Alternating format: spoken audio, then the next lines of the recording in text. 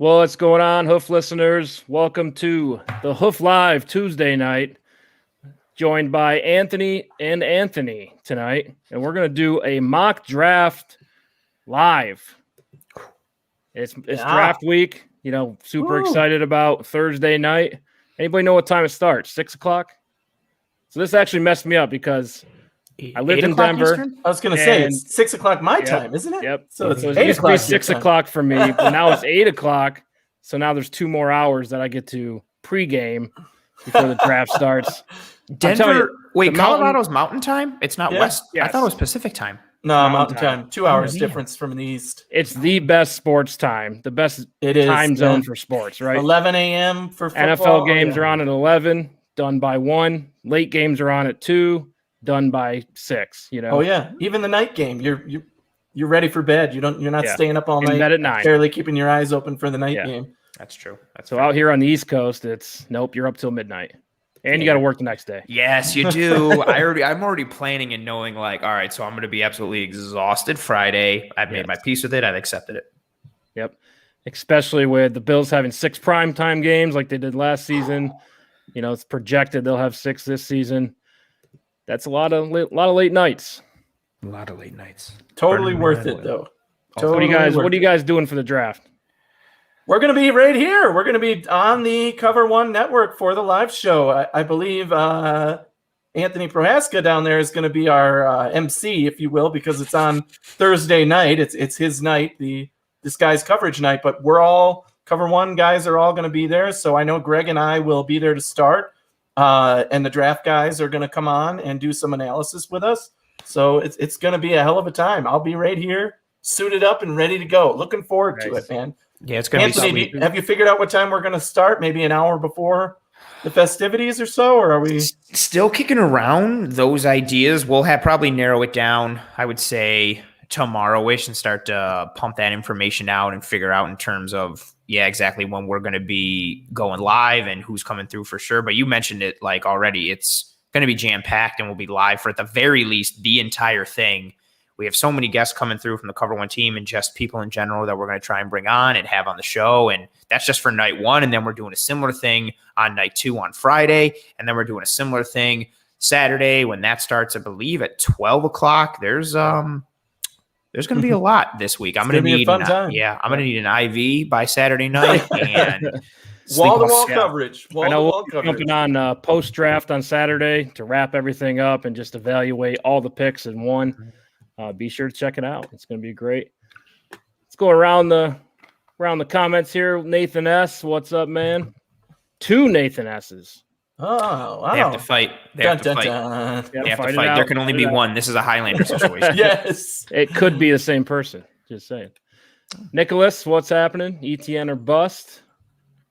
Oh, boy. Oh, boy. He's just trying to push my buttons, isn't he? Oh, boy. Hey, guys, did you hear the breaking news rumor, by the way? I have breaking news for everybody. I don't believe this. This is unbelievable. It just came across the ticker. I went to my sources, multiple sources on this now, guys. The Buffalo Bills are definitely trading up in this draft for Mac Jones. They don't want the Patriots to get him, and they said we are mortgaging the farm, next year's first, the years after first, this year's second, and next year's second, to trade up to number 6 and draft Mac Jones. The Bills are doing it. I'm telling you, because I read 18 articles that said it's going to happen. So it must be true. Because I read it on the internet. Who told another guy, and then that means it is absolutely fact. I'm telling you, don't be surprised on draft night that Bills are mortgaging the farm to trade up for quarterback Mac Jones. And it's real. I'm telling you, it's going to happen. I read it on the internet. You're going to have to get in the top 3 probably for that. But Greg, the one and only, what's happening? Mountain time is legit. And I'm definitely missing that time zone. But it's all fun. right, so for the draft tonight, will be no trades. As much as I want to do trades and I enjoy doing trades, that is a lot of management. So we're going to do no trades tonight. And we're going to choose as if we were the GM of the team. So what we think they'll do. So, right. And we will discuss if we think this is a good place for the team to possibly look at trading down from their position, but obviously during tonight's exercise, we're just going to make the pick at that spot to save ourselves the stress of proposing trades every pick, because it can happen at any time in the draft. Right. So let's just get rolling here. And I got the first pick, and I'm going with Trevor Lawrence to the Jacksonville Jaguars. Wow. And it's funny. It wasn't too long ago where we were having the conversation that the Jets could have the number 1 pick, and how different would this offseason be if we were talking about Trevor Lawrence to the Jets over Trevor Lawrence to the Jaguars. I think the Jaguars are a better fit. New coach coming in, probably going to run a college type system, which Trevor's used to. Things are looking up for the Jacksonville Jaguars for sure. What do you think, Anthony? Yeah, this is a huge move for them. I mean, I said in the preseason but when all these coaching jobs were open, that the one I would want is Jacksonville. And part of it was, you're getting Trevor Lawrence. The other part is they have some good young talent on this team. Now, Urban Meyer was not my favorite hire. I think they could have done a better job of hiring somebody to come in there and take this team to the next level, somebody with some good NFL experience.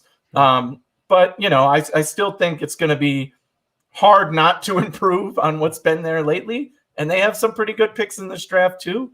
But this is where it all starts, right? You get that franchise quarterback on day one, you're ready to go. So let's hope they can start pushing it in the right direction. I was rooting for the Jets so hard by midseason to pick up wins because I just did not want them to get Trevor Lawrence. And what was it? The Patriots game was the one that just killed me. I was like, sweet, the Jets are going to get this win. The Pats lose, and and then the Pats ended up winning. And I was just like, I was almost as heartbroken that the Jets lost as I was after like a Bills loss, because I was just especially because do you remember that Raiders game where the Jets clearly should have won the game? Yes, and the Hail Mary throw at the end, where you could tell Greg Williams was just like, listen, don't play defense. Just sit at 10 yards, let them get behind you. It'll be fine. Yeah, I was upset. Yeah. Man, what an they wanted it. Yeah, it was nuts. But the one thing about this pick is, it's the closest thing to a sure thing in a long time. I mean, Andrew Luck is the last one that I can remember, and that's what people compare it to. And even then I was kind of like, wow, this Andrew Luck guy is getting a lot of hype.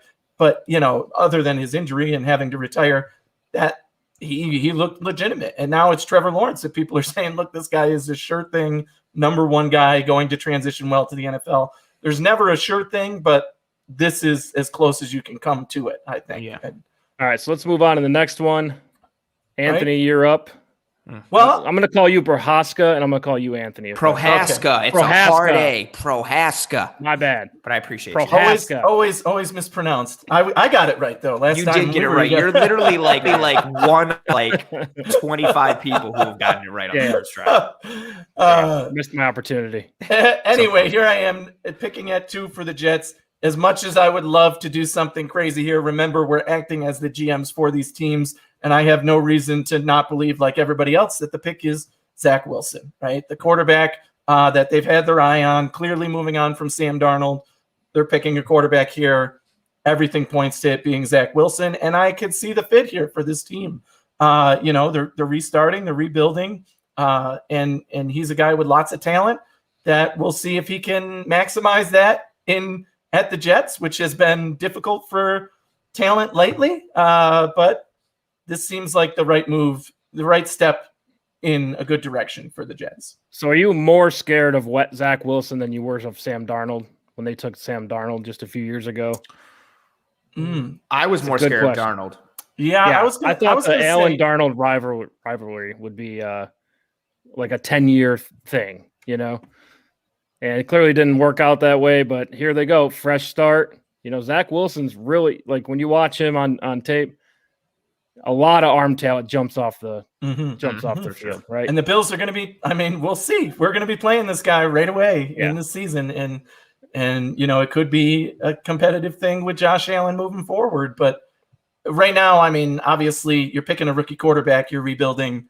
They're not going to be a huge threat to the Buffalo Bills in the 2021 season. But certainly if this pick works out, it could be a good thing for them for sure. Right. Very true. Cool. So let's move on to Prohaska. Nice. Here's the debate pick now. Here you get the first. And you got San Francisco, number 3. This one, This You one's, believe in the hype or not? Here we this go. one's tough, right? Because they trade up. And so the thought is like, okay, they're obviously going with a quarterback. And again, we're picking as if we are San Francisco. And you hear the reports coming out and it's like, oh, like they really kind of like Mac Jones. That's been the thought process for the last several weeks. And then as we've gotten closer, it's been going through on, oh, maybe it's like a little Mac Jones, maybe it's a little of Fields. And then now we've gotten closer, and now mocks are giving them Trey Lance, and there's all this buzz about Trey Lance. There's so much. Kyle Shanahan's talking about that, like people might not make it to be alive on Sunday. All these weird things coming out of there. Like this one is genuinely like trying to figure out what they're going to do. It's going to be a QB. If it was me personally, I'd take Fields. I haven't scouted QBs this offseason a ton just because the Bills, I know, knock on wood, the Bills aren't taking a QB, so I haven't needed to. But of the film I have seen, other than Trevor Lawrence, I like Justin Fields a lot. Yeah. And I get some of the knocks against him, but I feel like a lot of it just isn't warranted. I think he's a playmaker. I like his arm. I like his vision. I recognize some of the thoughts on anticipation and that. I like Justin Fields. But if I'm the Niners, I don't think they like him as much. And with things being weird, I think it's between Mac Jones and Trey Lance now. And it's also weird, right? Because I agree with you that I think I've been saying all along, I don't believe the Mac Jones hype. I think that's just blown smoke. I think that their guy is Justin Fields, and I think he should be the pick here. He's the next best quarterback in my mind. He could probably go two. So the things I've read about, and I can't reference it right now, but there's reports out there that Justin Fields has maturity issues, is what it said, and there's some mechanical issues with his game. The man got busted in the gut and broke ribs, and was just like, "That's cool, duct tape me, and I'm gonna go back out against the number one squad in the nation." And then he threw bullets after that and gutted through that. Like, granted, that doesn't mean he's mature, but I mean, dude. But he's also a kid. I mean, the guy, when you talk about athleticism, he's got every single, tangible thing you need.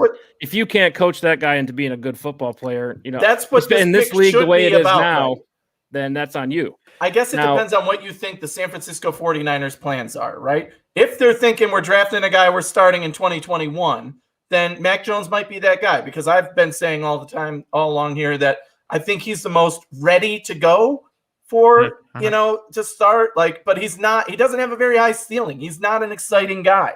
I'm not going to be excited to watch Mac Jones play. No, his ceiling is like Trey Lance and Justin Fields. They're both super high ceiling guys, and they're developmental guys. They're not going to come in and start day one and be all of a sudden, a superstar.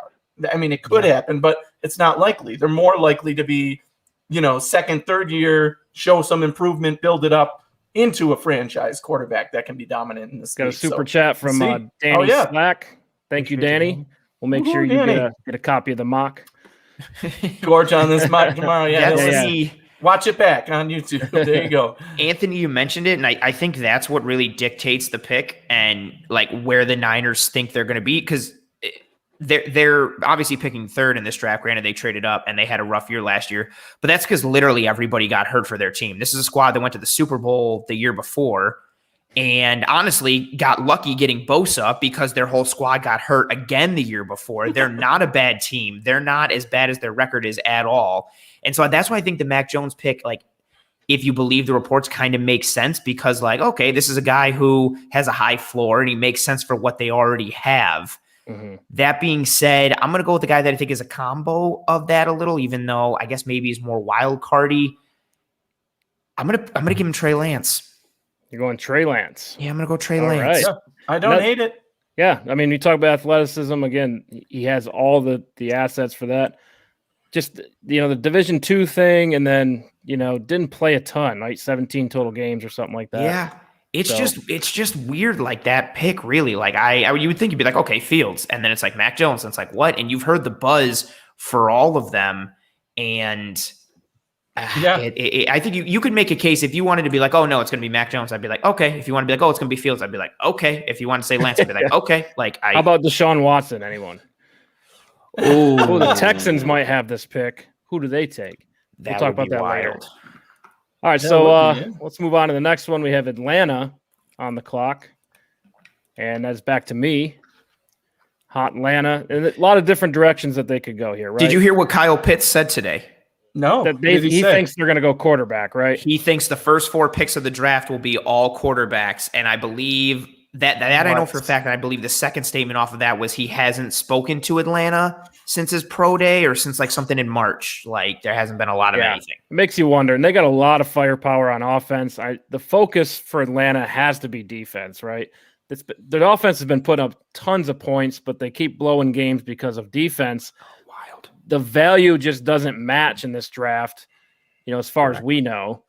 So a good trade back spot. I think they could get a lot of picks, right? Somebody is trying to get up and get Kyle Pitts or ideal position. Everything worked out for the Falcons here if they want to trade out because they have basically the first pick in the draft, right? Well, you need a partner to trade, right? Exactly. So if I'm Atlanta and I'm stuck here at pick 4, you cannot ignore Kyle Pitts. Yeah. For what they have. I mean, their offensive line is decent. They have firepower at every position, receiver, Todd Gurley and company at running back.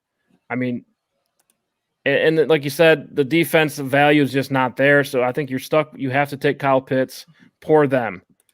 Yeah. Right. Oh, man. The best player in this draft, hands down. Yeah. Like the and now most guaranteed. They are extremely dangerous on offense. And it'll be interesting to see how the new coaching staff, dials some of those plays up because Kyle Pitts is a weapon, right? You can play anywhere on the. You can put him on the outside if you want to. It's interesting, more smoke. I think that Anthony Prohaska mentioned about the, not Kyle Pitts saying he thinks it's going to be 4 quarterbacks, which means he doesn't think he's going to Atlanta here. But I can't imagine unless they get a trade and somebody offers them something they can't refuse, which is a possibility here. But getting the best player in this draft and having him in that offense, if you truly believe in Matt Ryan, then you draft Kyle Pitts and you're a contender again in that division. I want the 49ers. I want the 49ers to take Pitts and they can roll Pitts and George Kittle all the time just because that would be amazing to see. Yeah. Man. Yeah, I could throw to those guys. Keep Jimmy G. Yeah. Right. Just run the ball every single time. Yeah. There you go. All right, so let's move on here. Anthony, you got Cincinnati. Yeah, the Bengals. So for me, this is another easy one, assuming Kyle Pitts goes ahead of them. Look, you got your franchise quarterback in Joe Burrow. He was looking pretty good last year, and what happened? He got hurt because his offensive line could not protect for him. So for me, almost 100% guarantee it's an offensive lineman here. The question is, are they as high on Penei Sewell as most are? And I have no reason to believe they aren't, right? I think Penei Sewell is the long-term fit here for this organization. They could go with another offensive lineman. Who knows if they think somebody's better in this position? I don't think they likely trade out. The Bengals aren't traditionally a team that trades, and we know that they have lots of needs. There are some rumors out there that they want to go pass catcher for Joe Burrow. Get him maybe his former college teammate that you see on that list there, Jamar Chase. But I cannot see that happening. You need to protect Joe Burrow. You should have learned your lesson last year. So anything other than an offensive lineman here would be a mistake. And I'm going to go ahead and take Penei Sewell for the Bengals at 5. I think that's a good call. I think that's the debate, right? You're sitting there. Is it Sewell? Is it Jamar Chase or potentially another receiver? But it really seems to come down to Chase and Sewell, especially with the whole LSU Burrow to Chase connection. And I get the talk for it, but again, to Anthony's point, I think Tyler Boyd is super underrated. T. Higgins had a good year last year. Good receivers. Mixon's a quality running back. Add to the offensive line, something you've been trying to do for multiple years. You got guys that keep getting hurt, guys that keep not working out. You trade for Cordy Glenn. He doesn't turn out to be the kind of guy that you want. Right. And company. True. Like you've had Jonah Williams, right? Injured his rookie season. Williams just keeps getting banged up. Like T. Higgins last year. I mean, I wouldn't be mad if they took Jamar Chase. Like, I'd get it. I feel like in a way Sure. it makes sense. But you got to protect Burrow, and you have enough weapons. Like, there's a bigger drop off between their Sewell and their offensive line than there is Chase and their current wide receivers. Yes, I think that makes sense. Exactly. Yeah. I agree 100%. And as far as Here we go. Sewell goes, though, is he a tackle or a guard? I know a lot of scouts have had him in both positions in the NFL. That will be interesting to watch going forward for them. But the guy's feet are just unbelievable for his size. And he's so athletic. It's so rare. Yes. I've never seen it before, really. Like, I mean, I don't do a ton of scouting, but the guy he's a dancer, right? Watch his tape. Yeah, he's for 300 pounds. He's a force to be reckoned with. All right, so let's move on to Miami. This is a position where if Kyle Pitts doesn't go at 4 to Atlanta, we are not happy about it. Yeah, basically, because it means that if Kyle Pitts is on the board for Miami here, I am not going to be a happy Bills fan. That's for sure. Me neither. I'm super upset. As soon as we were like at 4, I was like, please take Pitts so I don't have to say Pitts to Miami. I don't want to have to be the one to do it. So Pitts goes at 4. Sewell is gone. I think Miami's sitting there. Oh, that's an interesting comment there. I think Miami's sitting here at 6. I think it comes down to receiver. Again, you took Tua early last year. You want to keep adding to what you have. For me, I like Jamar Chase the best, but given the construct of Miami's offense and what they could use versus what they have, granted they've got Will Fuller, but he's more pure, deep threat, like straight. He's running verts. That's it. And then you got can he play the full season? Right. That's also a big thing too. Like Kenny, he hasn't really shown that he can. That's a major thing. And again, the best ability is availability, and he's shown that he doesn't have a ton of that. Devontae Parker can do a little bit of everything, and he's got more size. I like Chase and what he can do with everything, but Jalen Waddle has just been burning up charts and boards and with his speed, and you see he's still able to run good routes. There's a lot to like if you're someone who's drafting and looking at a wide receiver. So if this was me, I would take Jamar Chase because I think he's the better receiver and I like him more. But again, we are drafting from the perspective of we are that team. So I'm going to take Jalen Waddle if I'm the Miami Dolphins. I like it. I actually ranked him as my number 1 wide receiver on our show a couple of weeks ago when we did the rankings for that position. There's a lot to like. Like you don't get compared, as much as I don't like comps, you don't get compared to Tyreek Hill if you're not doing something great. And for him, it's more than just speed. He's got route running. He's got hands. He's explosive. He does a lot of things well. And I also think too, if you're looking at things, it's easier to be like, oh, well, look at Waddle. He just played. Chase, you're like, well, he was great, but I don't know. Well, maybe something happened in that year off. We don't really know. Like, I'm going to take this guy. And I think it's important to find an identity for the Miami Dolphins on offense. Right? They looked so lost last year. Didn't really know what they're doing. You know, are we going with Fitzpatrick? Are we going with Tua? I mean, this year, obviously, it's Tua's team now. Why not bring in a teammate with unbelievable speed, which is in high demand right now, and try to make something of this team, right? The defense is solid. They won 10 games last year. Just need a little bit more. Jalen Waddle could definitely. And I mean, we just made the same argument at 5 for the Bengals for why they could pick Chase, right? Because he's a former teammate of their quarterback, and Jalen Waddle played at Alabama. So I mean, it makes sense there. I think they probably do go either of the Alabama wide receivers in that position. The only thing that's weird with Waddle and Taylor, I'm going to bring it up. Taylor brought it up. Waddle did that interview where they asked him who do you like better, Tua or Mac Jones? And he said Mac Jones. So that's super interesting. He walks in like, what's up? Okay, so they picked Devontae Smith instead. Which is crazy for like the amount of production that Smith had and what he did. The fact that he's kind of like, and he won the Heisman, the fact that he's like the 3rd receiver, it's wow. Yeah, he's very smooth. Crazy. He could be picked here, though. It would not be crazy to see wouldn't be him in that spot. Yeah, wouldn't be crazy. Let's move on. I think I have Detroit up next. You do. This is another very interesting team. A lot of different ways they can go.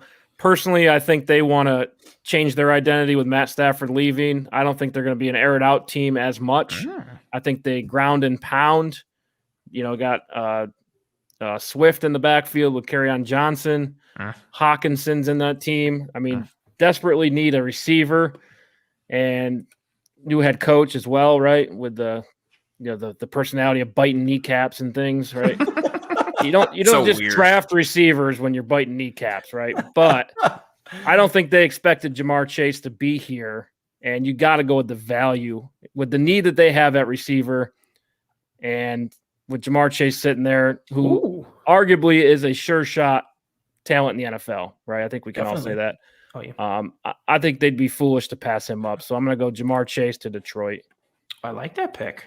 Oh, man. Give Jared Goff some weapons. Yes. Escalate his talent. That's kind of a cool receiving or like a little trio you got there. If you're rolling Jamar Chase, TJ Hawkinson, and DeAndre Swift, that's a cool weapon. They're onto something. I mean, they go cornerback last year with Akuda. See what happens with him. I think he got injured, correct? Yeah, he got banged up. You expect him to come back and play well. I mean, Jared Davis on his way out, signs with the Jets. So a couple needs on defense. But there's not a single defensive player picked to this point in our mock draft, picks 1 through 7. I don't have any like connection to Detroit or an affinity for them in any way, but they've just been like wallowing in this pool of mediocrity and this weird limbo they're always in like 7 to 15 in the draft. They had a couple years when they made the playoffs and got waxed in the first round. Like they're just so weird. I hope they get something.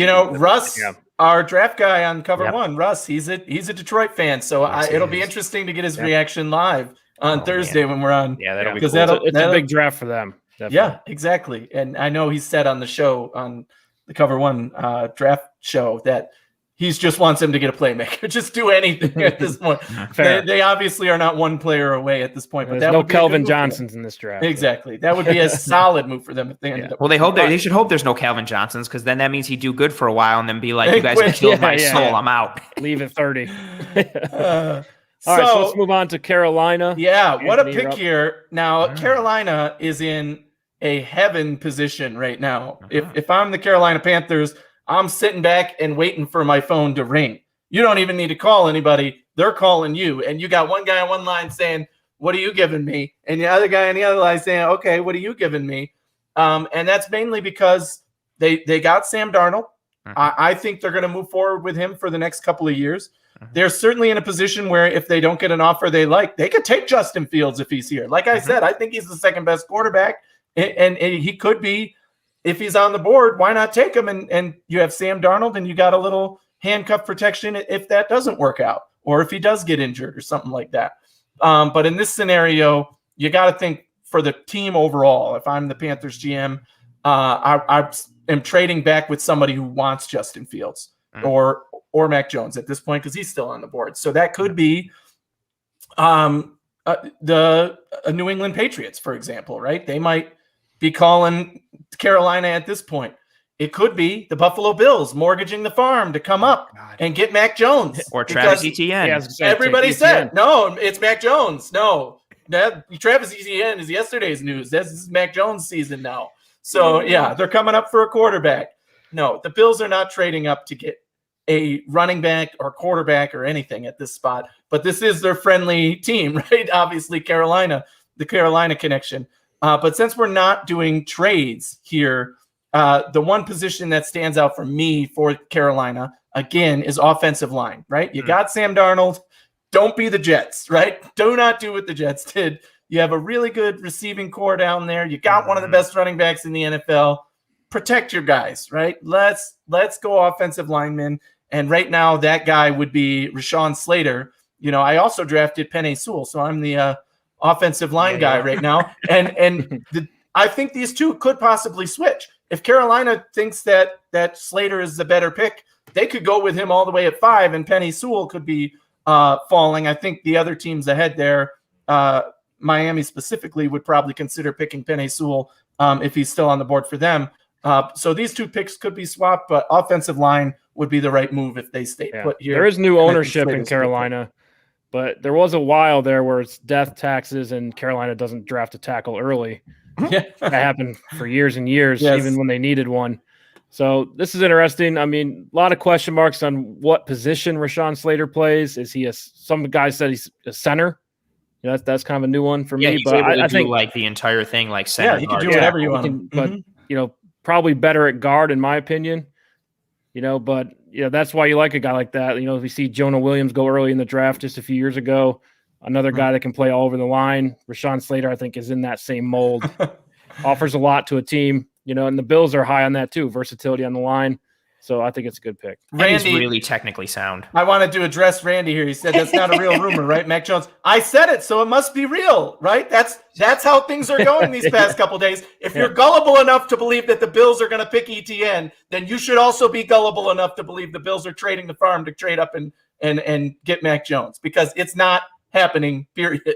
Especially a trade up. No, it's not happening. So I'm poking fun at the fact that everybody is jumping on this Etienne bandwagon. And every morning for the last 3 days, I've had to wake up to a slew of Twitter messages and tags telling me the Etienne's tattoo going to come ideas to the Bills, and it's not happening still. It's all smokescreen. I love it, because I'm hoping Etienne then gets drafted way ahead to let some of the talent fall. And we'll see tonight if that happens. But anyway, let's move on to the Denver Broncos here at 9.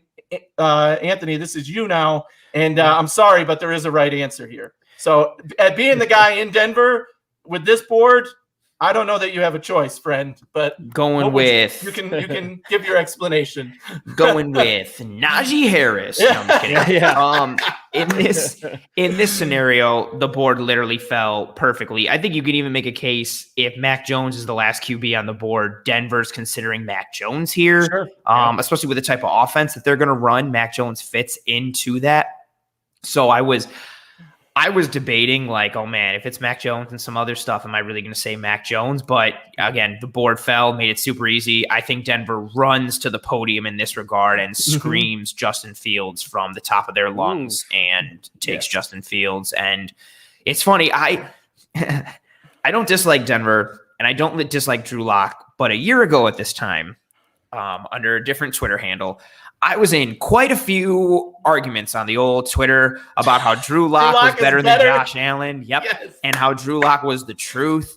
And Denver fans were just running their mouth. I could also see that if Denver goes up for Micah Parsons or someone crazy on defense. Yes. But I just think, especially with the reports now and like the way, again, smoke screen season and all these things, but they haven't had ringing endorsements for Drew Lock, and he had a horrible year last year. If you peek behind the curtain in his rookie year, which I did when all those Bronco fans were running their mouths, he didn't really have as great of a year and a sustainability factor to his game. Last year, I think, exposed things even more. If Justin Fields is there, they pull the trigger. And hopefully for Fields, it works out, because John Elway and that front office have not had a good track record of picking quarterbacks. It just has not worked out since they signed Peyton Manning. So we'll see what happens, but I'm giving it Fields. There's been a changing of the guard in Denver.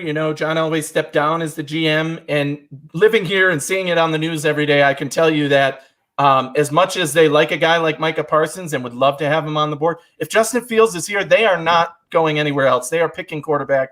It is a general consensus now here in Denver that Drew Lock is not the guy, and they're ready to move on from him. Now, it's interesting, if there's though, a scenario one of those top 5 is not on the board and they have to roll with Drew Lock, then they're probably going for a defensive guy like Parsons. I don't think the conversation in Denver is about the offense. Defensive-minded head coach. I really think if you draft a quarterback here in the top 10, it's the last year for the head coach out there, Vic Fangio. I think they go in a different direction if you take a quarterback early. With the new I think they're GM, trying to build strong defense and build off that. I think if there was also, to your point with Fangio, if there was a stronger, you mentioned it earlier when talking about Atlanta, and Greg Thompson has said it as well. This is one of those weird drafts where there's not this like clear stud dominant defensive player like we've had in so many years. If there was, especially from an edge position, Atlanta takes them. If there was somewhere also along that line, I think you could make the same case because of Fangio. Denver could be doing that as well, but there's no one clear. I think if all things were equal and there were no injury concerns or whatever, I think Caleb Farley is arguably the best defensive player in this draft. But you add in the injury concerns combined with what Denver did at corner in the offseason. I don't think he makes sense. None of the other guys are hands down the guy enough. And so, quarterback. And it really depends. How do they feel about Micah Parsons? That's the biggest question for them. He's a wild card. There's a lot. Some people have him in like tier 2, tier 3. There's all these weird things. It's with Jerry Jeudy and the they invested a lot in the receiving core, so I could see that side of it. But defensive minded head coach, traditional defensive minded, screams defense for me. But Yeah, let's move on. I do think that this would be a good match for somebody like Micah Parsons because of his rumored troubles off the field and everything. Coming here and getting to learn behind some of these defensive guys on this team. Von Miller is the leader there. They are a very well-established team on defense, and they have that leadership who can mentor these young guys. A guy like Micah Parsons who has all the talent in the world but might have some issues. He could really benefit from that situation. So that's a good kind of break for both sides fit. Vic Fangio really values speed at linebacker. I'm not sure Micah Parsons is that sideline to sideline guy that he likes. He drafted Roquan Smith up in Chicago. That's kind of his prototypical linebacker. So those are the questions that I bet they're talking about right now. All right, let's move on. I'm up. Correct. I have Dallas. That you do. That I do. And for the first time in our live mock draft, I'm going to go defense. Here we go. Yeah. And I'm going with Patrick Surtain. Makes sense. From Alabama for the Dallas Cowboys. And they're happy about this, right? It fell right on their lap. Yeah. I mean, again, you talk about the sure shot guys in this draft. Like, who can we – because there is a lot of question marks with COVID and everything, right? Patrick Surtain, I think, is one of those guys that he has the size and speed and the experience to play in the NFL. I don't think it's going to be a large jump for him. I think he comes in and succeeds early. And just, the things that he can do, a big body, right? You can drop him down in the box. You can get creative with him. And Dallas really needs that pretty bad, right? Their corners got beat up pretty good last season. So I think Dallas is going to be a contender this season if Dak Prescott can stay healthy. They're just missing a few pieces on defense. So I think they'll be high on those pieces in edge player and cornerback. Yeah, I'd second that notion. And it's hard to get – I mean, especially with Farley having the medical, Surtain is, in my opinion, the clear number one. There's really nothing he does bad. Like, everything that he does on a scale of 1 to 10 is at least like a 7 or a 7.5. And then he's got multiple things that are like 8.5 and 9. There's some thoughts of maybe like, his deep speed and he's not a burner, but he's got good enough speed, agility, technique, length, size, versatility, and scheme and coverage. Yeah, that would be, I think it's a pretty solid lock. Unless like Kyle Pitts falls or something crazy, I think Dallas goes Surtain at 10. Good pick. Anthony? Yep. I agree completely with what you guys said. This is a no-brainer for Dallas. It certainly is the biggest position in need for them, the biggest upgrade you can get. You're getting the best defensive player in the draft, according to our picks here. So, yeah, I really like that for them, especially in this division. With this next pick that's coming up, the New York Giants. Yeah, this will be a tough one. Got a lot better on offense. Certainly, this is where we can start having a discussion. So I'll tell you what I'm thinking, and then I'll let you guys chime in before I finalize my pick. My immediate reaction here is the Giants have gone out this offseason and said, we are building up our offense for our quarterback. We want him to succeed. We 100% back him and believe in him. So we're doing everything we can to support him. And they've been spending money left and right? And so my instinct here is to go Devontae Smith. He's the best offensive player on the board. But before we finalize that pick, we have to have the discussion about edge here too, right? Could an edge go as early as 11 to the Giants here? And, if it were me, that guy would probably be Jalen Phillips for the Giants. So those are the two guys I think could be picked here. But my gut instinct says I'm probably going to go Devontae Smith. What do you guys think? Yeah, I agree with that 100%. Those are the two guys. I mean, edge, I think you could, it could vary. But they definitely have a need at edge. I mean, they drafted 2 players in the second round the past few drafts. It just didn't pan out for them. So I think, and there's really the value is not correct here either for edge. The value is much better for receiver. And like you said, young quarterback. Look, with Golladay coming over from Detroit, and now you add Devontae Smith, you still have Saquon Barkley, you still have Evan Ingram on offense. Now it's scary, right? And the Giants, I think, made positive steps last year as a team. They looked different later in the season than they did early in the season. So I think Devontae Smith is a good pick for them to build an identity on offense.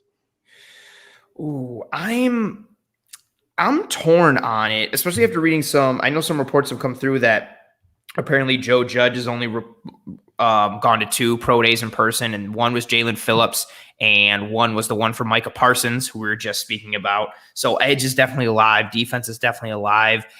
And then, if you're looking at Devontae Smith, Heisman Trophy winner, and we're sitting there and thinking, okay, put him with Galladay, a returning Saquon, Sterling Shepard, Slayton, Evan Ingram. You're looking at... They got quite the lineup, yeah. Yeah, and again, I think that's also the thought process too. Now we're in the conversation for Daniel Jones, where it's like, okay, he's kind of the guy, but maybe he's also kind of not the guy. Do we go over the top like the Bills did when they got Stephon Diggs? And do we go over the top? Let's grab the guy who just won the Heisman and let's bring him into the offense and give him every single chance so we know what's there. And especially if we're breaking it down between Smith and Phillips, I think Smith is the safer pick in terms of knowing what you're going to get. Phillips could be one of the best defensive players in the world, but he also does have his burn out. questions. Right, Correct. Right. He has multiple questions Tons from a personal standpoint and from a health standpoint. And again, when you're trying to figure out where your team is going, I think go with the safer route. Devontae Smith, there you go. Nice. Let's just review for our audio-only listeners real quick. We'll just go back last 5. At 7, Detroit Lions took Jamar Chase. Number 8, Carolina Panthers took Rashawn Slater. 9, the Broncos take Justin Fields. At 10, the Dallas Cowboys take Patrick Surtain. And 11, the Giants take Devontae Smith. So, moving forward, who's next? The Eagles. Ooh, I got the Eagles. Yeah, You got the Eagles. I was going to be torn on this one if Smith was still going to be here, despite the fact that they took what's his face from TCU in the first round last year, wide receiver, instead of what'd you say? Rager, right? There you go, Jalen Rager. Taking him instead of Justin Jefferson and getting all this flack for it, yada yada, so on and so forth. Also, Minnesota Viking fans need to check themselves a little bit. I know Jefferson had a good year. He also had a ton of production in garbage time when the Vikings were down like 30 every game, so pump the brakes. Yeah, I didn't even know they threw the ball, honestly. Yeah, they did until they were down by 30, and defenses were like, whatever, it's 30. We're up by 30 in the 4th. We don't care if you score. And Justin Jefferson put up wild numbers. He's good, but pump the brakes. Especially for those who are like, oh, Justin Jefferson's better than Stephon Diggs. Calm down. Relax. Get out of here. You can have that story. Yeah, right. Yeah, you go ahead. You go run ahead with with that one. Yeah. So you're looking at Rager. They had injury concerns along the offensive line last year. They had injury concerns at receiver. I think if somehow Slater was available here, that's a big potential for them to try and solidify the offensive line. I think you could even make a case for multiple other offensive linemen, receiver there as well. But with the big 3 receivers gone and the top 2 tackles / offensive linemen gone, I think you're looking more towards defense potentially. I'm going to give them someone who I think both fits into their potential scheme. Also, let me know what you guys think, but I'm going to go with this, but let me know if you think I'm wild or crazy. I think this guy fits their scheme on defense, especially with what oh man, why am I blanking? Darius Slay, especially with the style of defense Darius Slay likes to play at the 1 corner spot. I think they go with another corner who can be physical, who can get up on the receivers, who is nasty, is mean, has some size, can play some man, can press, can do some things. I'm going to give them J.C. Horn, corner from South Carolina. Yeah, but what are your thoughts there?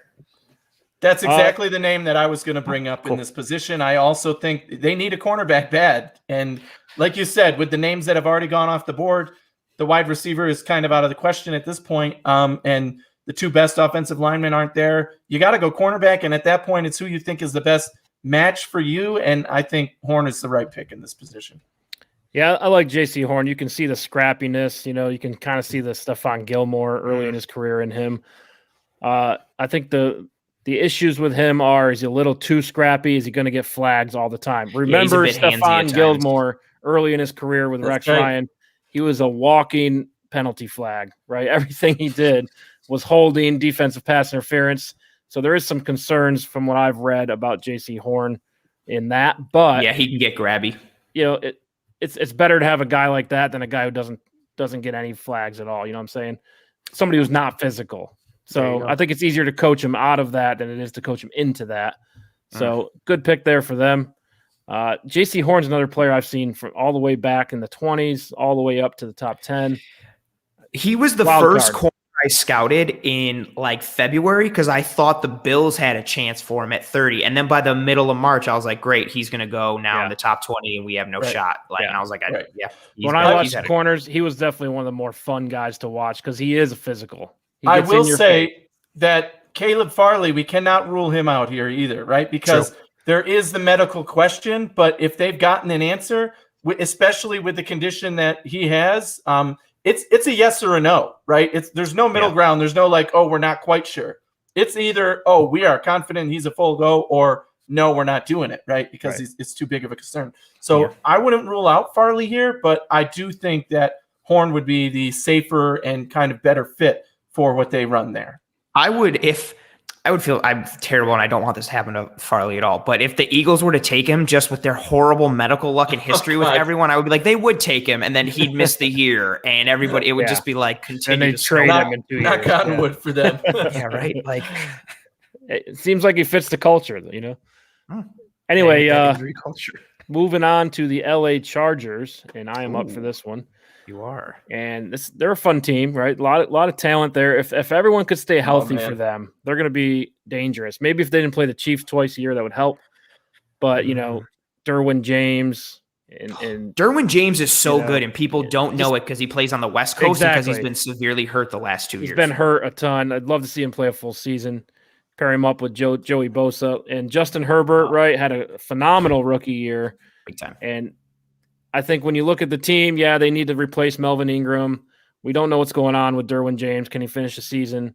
They do have a need at corner after trading away one of their cornerbacks. But it's about the quarterback, right? Justin Herbert's the real deal. So I go offensive tackle here. We're going Christian Darrisaw from Virginia Tech. I think that is the right pick here. And it's like if you're the Chargers here, I almost said San Diego. If you're the Chargers here, you're sitting high, man. Like, wow, this guy fell to us. This is exactly what we want. They could go maybe they have some other player ranked higher than Darrisaw, Tevin Jenkins, or, Elijah Vera-Tucker, maybe. I mean, but probably more tackle for them than right. I think Darrisaw, there's a good chance Darrisaw goes higher. He's kind of under the radar. Exactly. Because he's just your lock it down left tackle. It's kind of boring.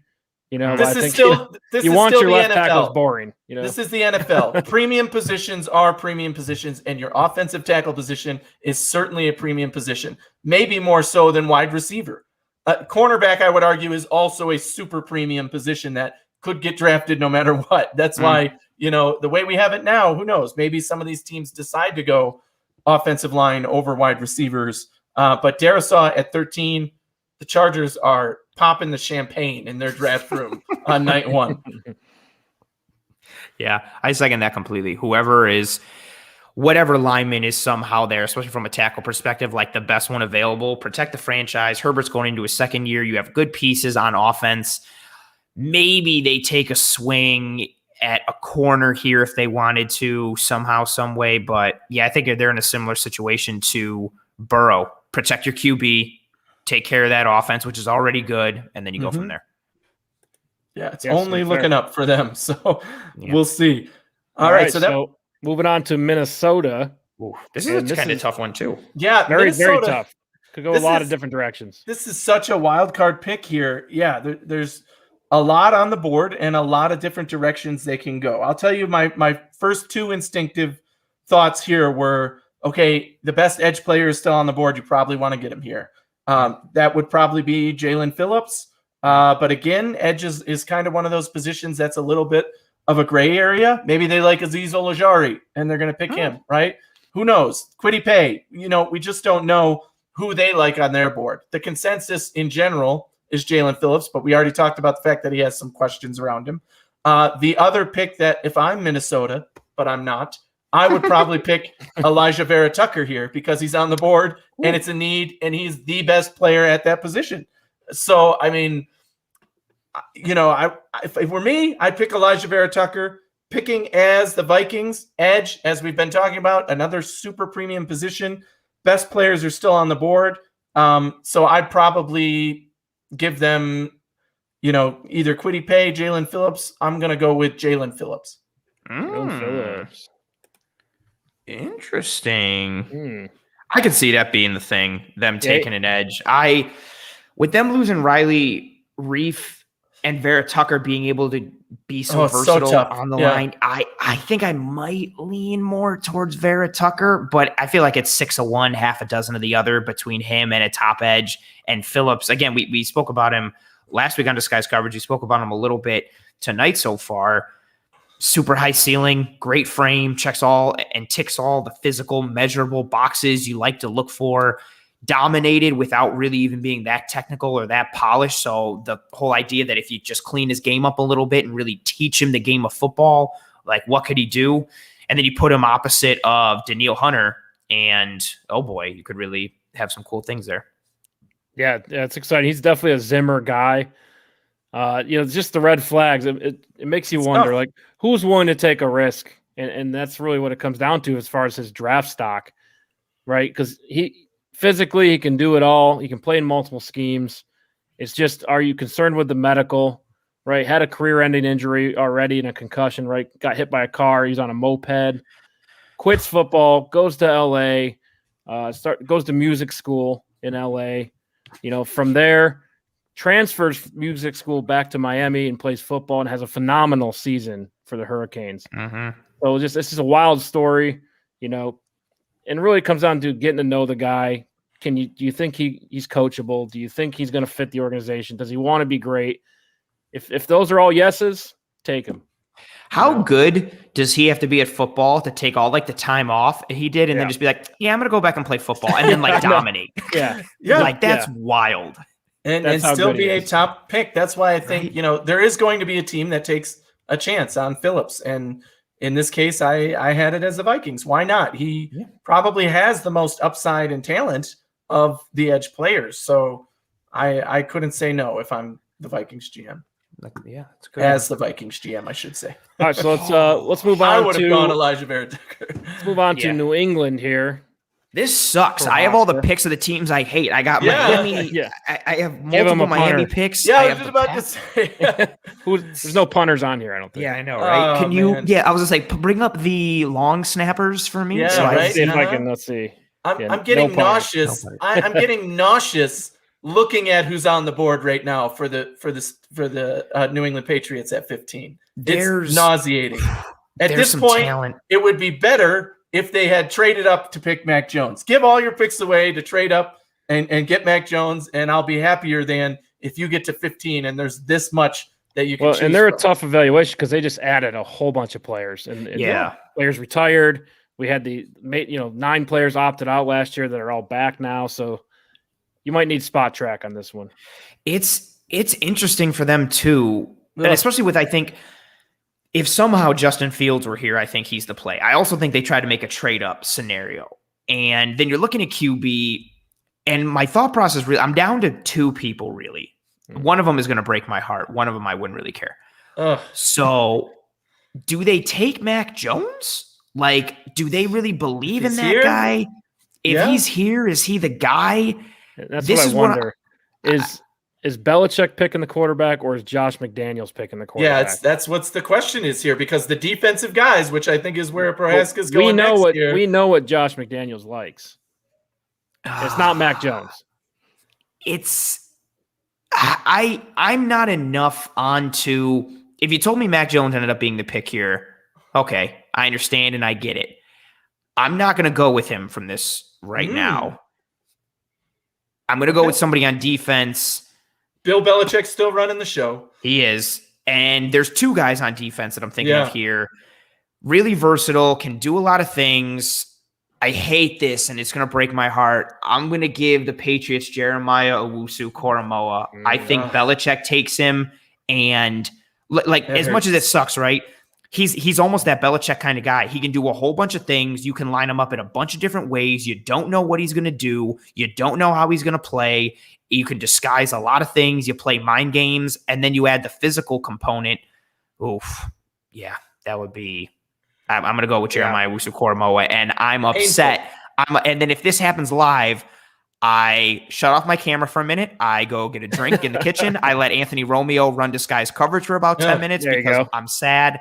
He's one of my – I don't think the Bills are going to get Koramoah. I don't think he's going to fall, but – I really love him. And I see the comment from Ron there. I know they have Kyle Duggar, but Owusu-Koramoah, I know the talk of like him as a safety. He's more linebacker, monster man, slot around the box player than he is traditional deep safety. Duggar is similar in that fashion, but Duggar can still drop deep, play more deep third. But this is also part of it too. Devin McCourty is tremendously fast, and he's great deep. You let McCourty patrol that deep top and the deep third or just run that shade over the top, and you're running with guys underneath like Kyle Duggar and Jeremiah Owusu-Koramoah that both have linebacker safety versatility. You add that with a returning Dante Hightower. I think that's the perspective. Ladies and gentlemen, welcome to the big dime. It's big dime. Forget the big nickel. There you go. This really, really sucks. Ideal scenario is they trade up for Mac Jones and they gave everything away.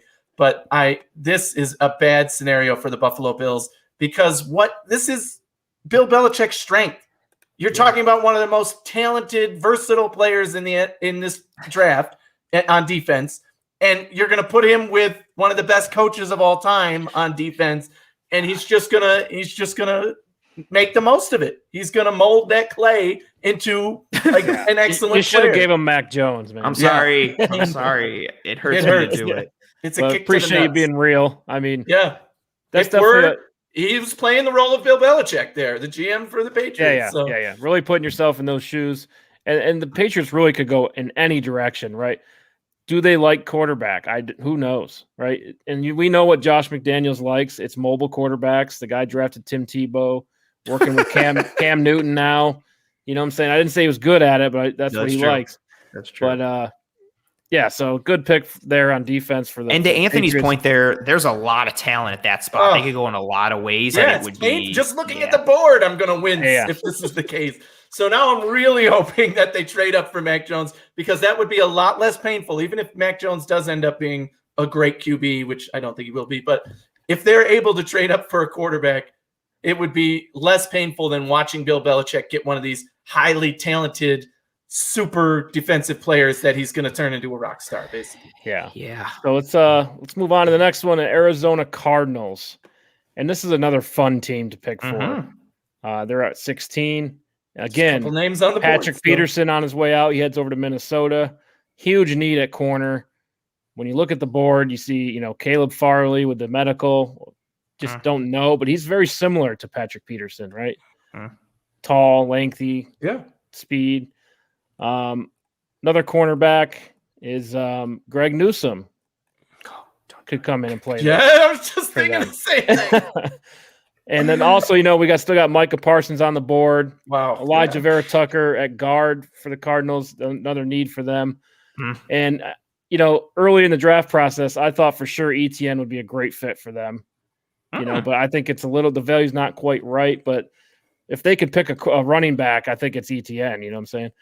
But I'm going to go with Greg Newsome here just because Caleb Farley's kick rocks, Eric. Oh, come on, Eric. And they replaced Patrick Peterson at corner. I think Greg Newsome is that guy who is going to go earlier than people expect in the draft, just because there's questions for the other guys, and he's solid. I will say this about Greg Newsome. This film is solid. In all seriousness, this is the best player in this draft for Sean McDermott.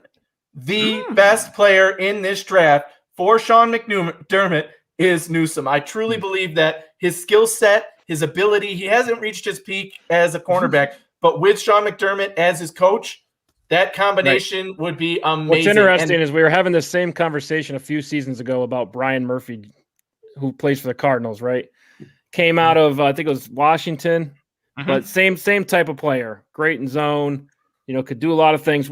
Instant plug and play for Sean McDermott in that system.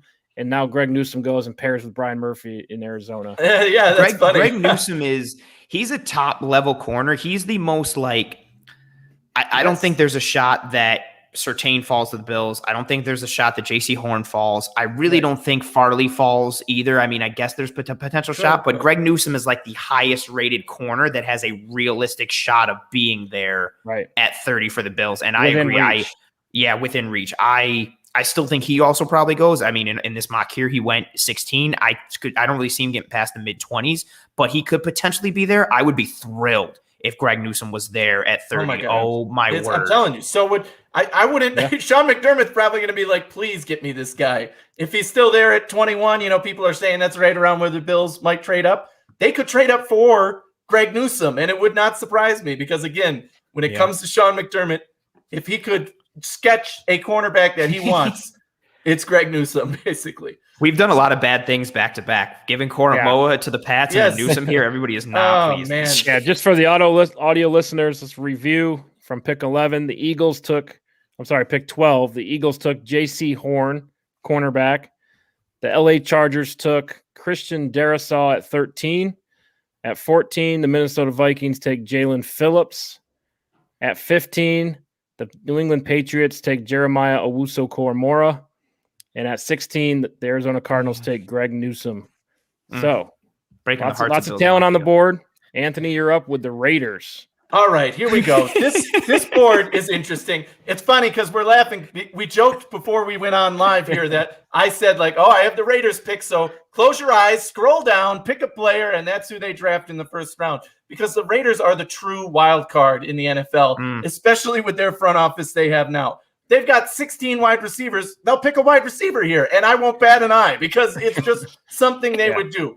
But in all seriousness now, given this board, given who's still here, I'm going to tell you exactly who the Raiders would pick in this situation. Mac Jones. And that is absolutely 100% my pick. I'm not joking about that. I 100% believe that if Mac Jones is still on the board at this position, that the Raiders would absolutely say, you know what? It's time. We've been trying to kind of talk the talk and get rid of our quarterback here, and rumors year after year of do they believe in him? And obviously he's getting older, and I don't think he's the guy there. And if Mac Jones is still on the board here, they have to pick him. They're going to pick him. It's a very Raiders thing to do because what is everybody going to do? They're going to react and say, what the hell? The Raiders just took a quarterback? But again, this is the Raiders. Nothing should surprise you at this point.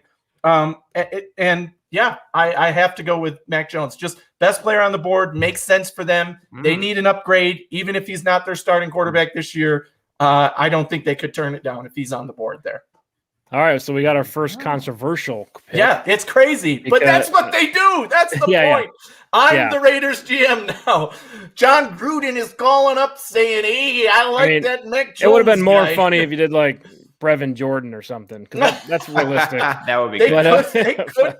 I'm telling you, though, the way this board fell, in the end, all teams talk about best player on the board, best player on the board. This is a case where he could be the best player on the board and still fills a need for them. They do need a quarterback. They do, and they don't necessarily need one to start right away. So this makes sense. I feel like anybody in the NFL who is worse than Derek Carr, those teams need a quarterback, and anybody better doesn't need a quarterback. Derek Carr is right there. Yes, he's the measuring stick. He's the measuring stick. So that's why they're like, well, if he's there. I don't think they go Mac Jones just because you got Henry Ruggs now. They got a lot of weapons. I think they want a big arm. More reason to go Mac Jones. Mac Jones, he's not a big arm guy. Fair enough. You think about Tyreek Hill and Pat Mahomes is kind of the new standard of the NFL. I mean, Jalen Wall is going to be a top 10 pick. That's what teams are trying to get, and that comes with a big arm quarterback. And Mac Jones just isn't that guy. His pro day, I think he threw the ball 55 yards. I mean, that's Phillip Rivers era. Phillip Rivers is a Hall of Fame quarterback. True. Yeah, but Mac Jones is not. Randy calling me out. I mean, Mac Jones, you can pick one. Anthony, the mad scientist, Romeo. Let's talk about Phillip Rivers early in his career versus when he was 40 years old. Yeah. 1,000%. Also, not to mention, Phillip Rivers has like 38 kids, so Mac Jones would also have to start. If you really wanted to get into those Phillip Rivers shoes. I think Raiders pick is really interesting. I mean, typically it's just such a funny thing. Like the Raiders just do Raiders stuff, whether it was like Darius Hayward-Bay or when they took. The third overall pick or something, right? Who was that? When they took like Farrell a couple years ago. Yeah, that's who it was. They fall in love with certain guys. I think if I'm the Raiders, especially with their need for defense, I would think they would go Micah Parsons, but I could see them going Mac Jones. Yeah, there's a lot of talk about the Raiders wanting, or a lot of mock drafts giving them Jeremiah Owusu-Koramoah. That's what I was going to say. If Owusu-Koramoah is there, I think he's the guy. Oh man, Nate Peterman talk. I'm tagging out. Time to move on. Why not? Yeah.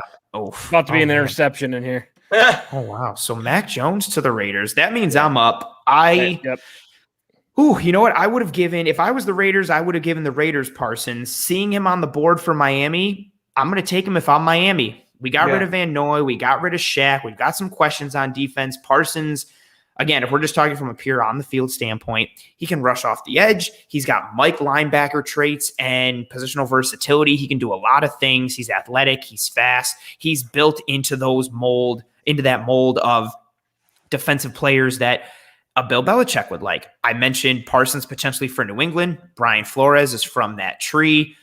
I'm going to give Miami.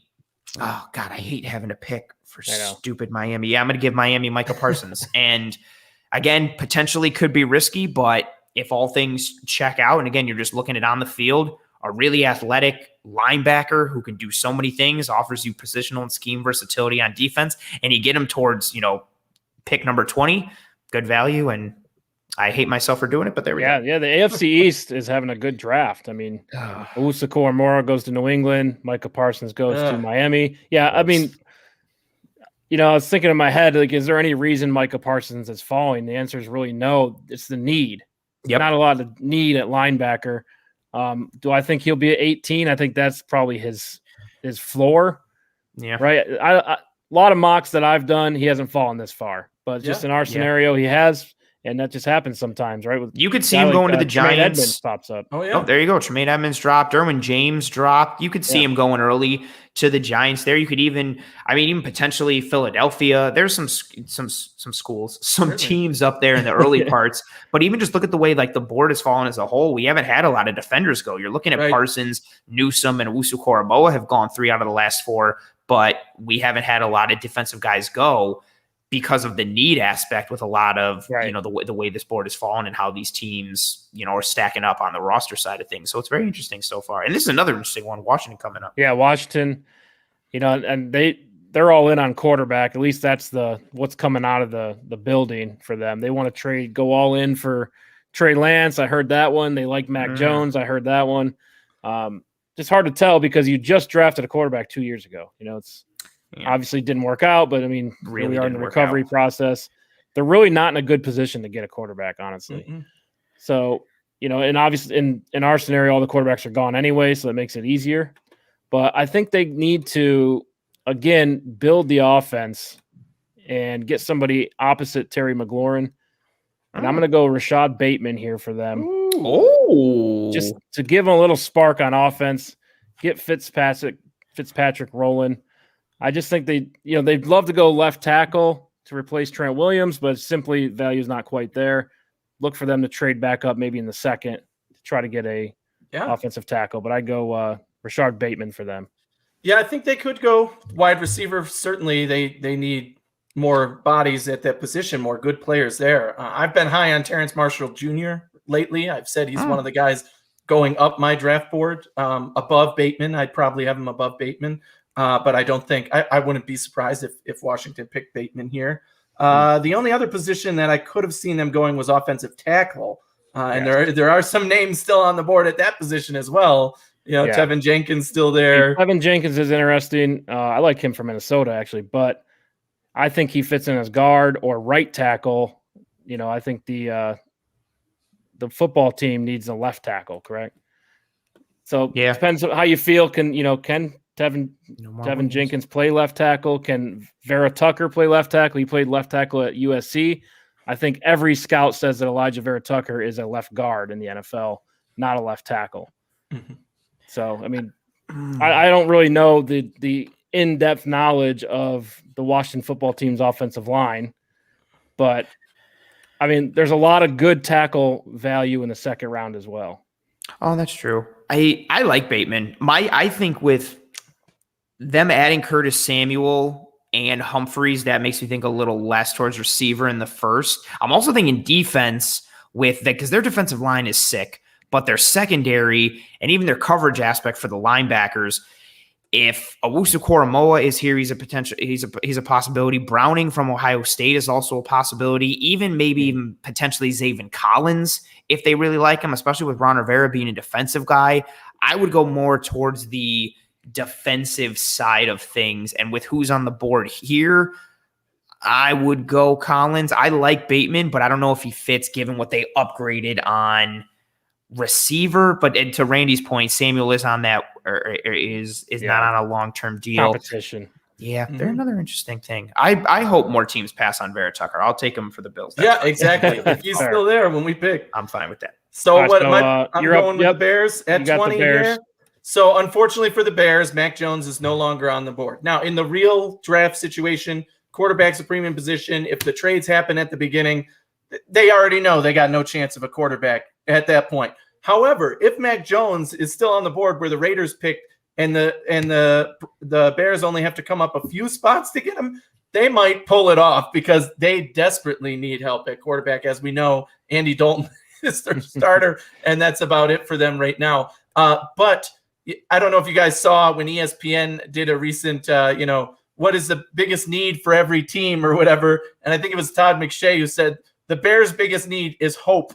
They need to hope that a quarterback falls to them. They need to hope that they get a quarterback that works out because, what's his name from NFL Network was on with them and said, well, you can't draft hope. You can't draft hope. So in this case, however, there is some talent that falls to them on this board. I think they could go a number of ways. Caleb Farley, as we've talked about, is still on the board here. Do they go that way? Certainly some interesting pieces on defense, but I think I got to go with Tevin Jenkins while he's here, the offensive tackle. Oh, good pick. Again, we've passed on him a couple times, but the Bears are going to be happy if they get a guy like Tevin Jenkins, even though they're going to be crying because they didn't get a quarterback, basically. Yeah. Yeah, but build it up for the future. Like Randy's saying here, lay the groundwork for the future. I agree with that.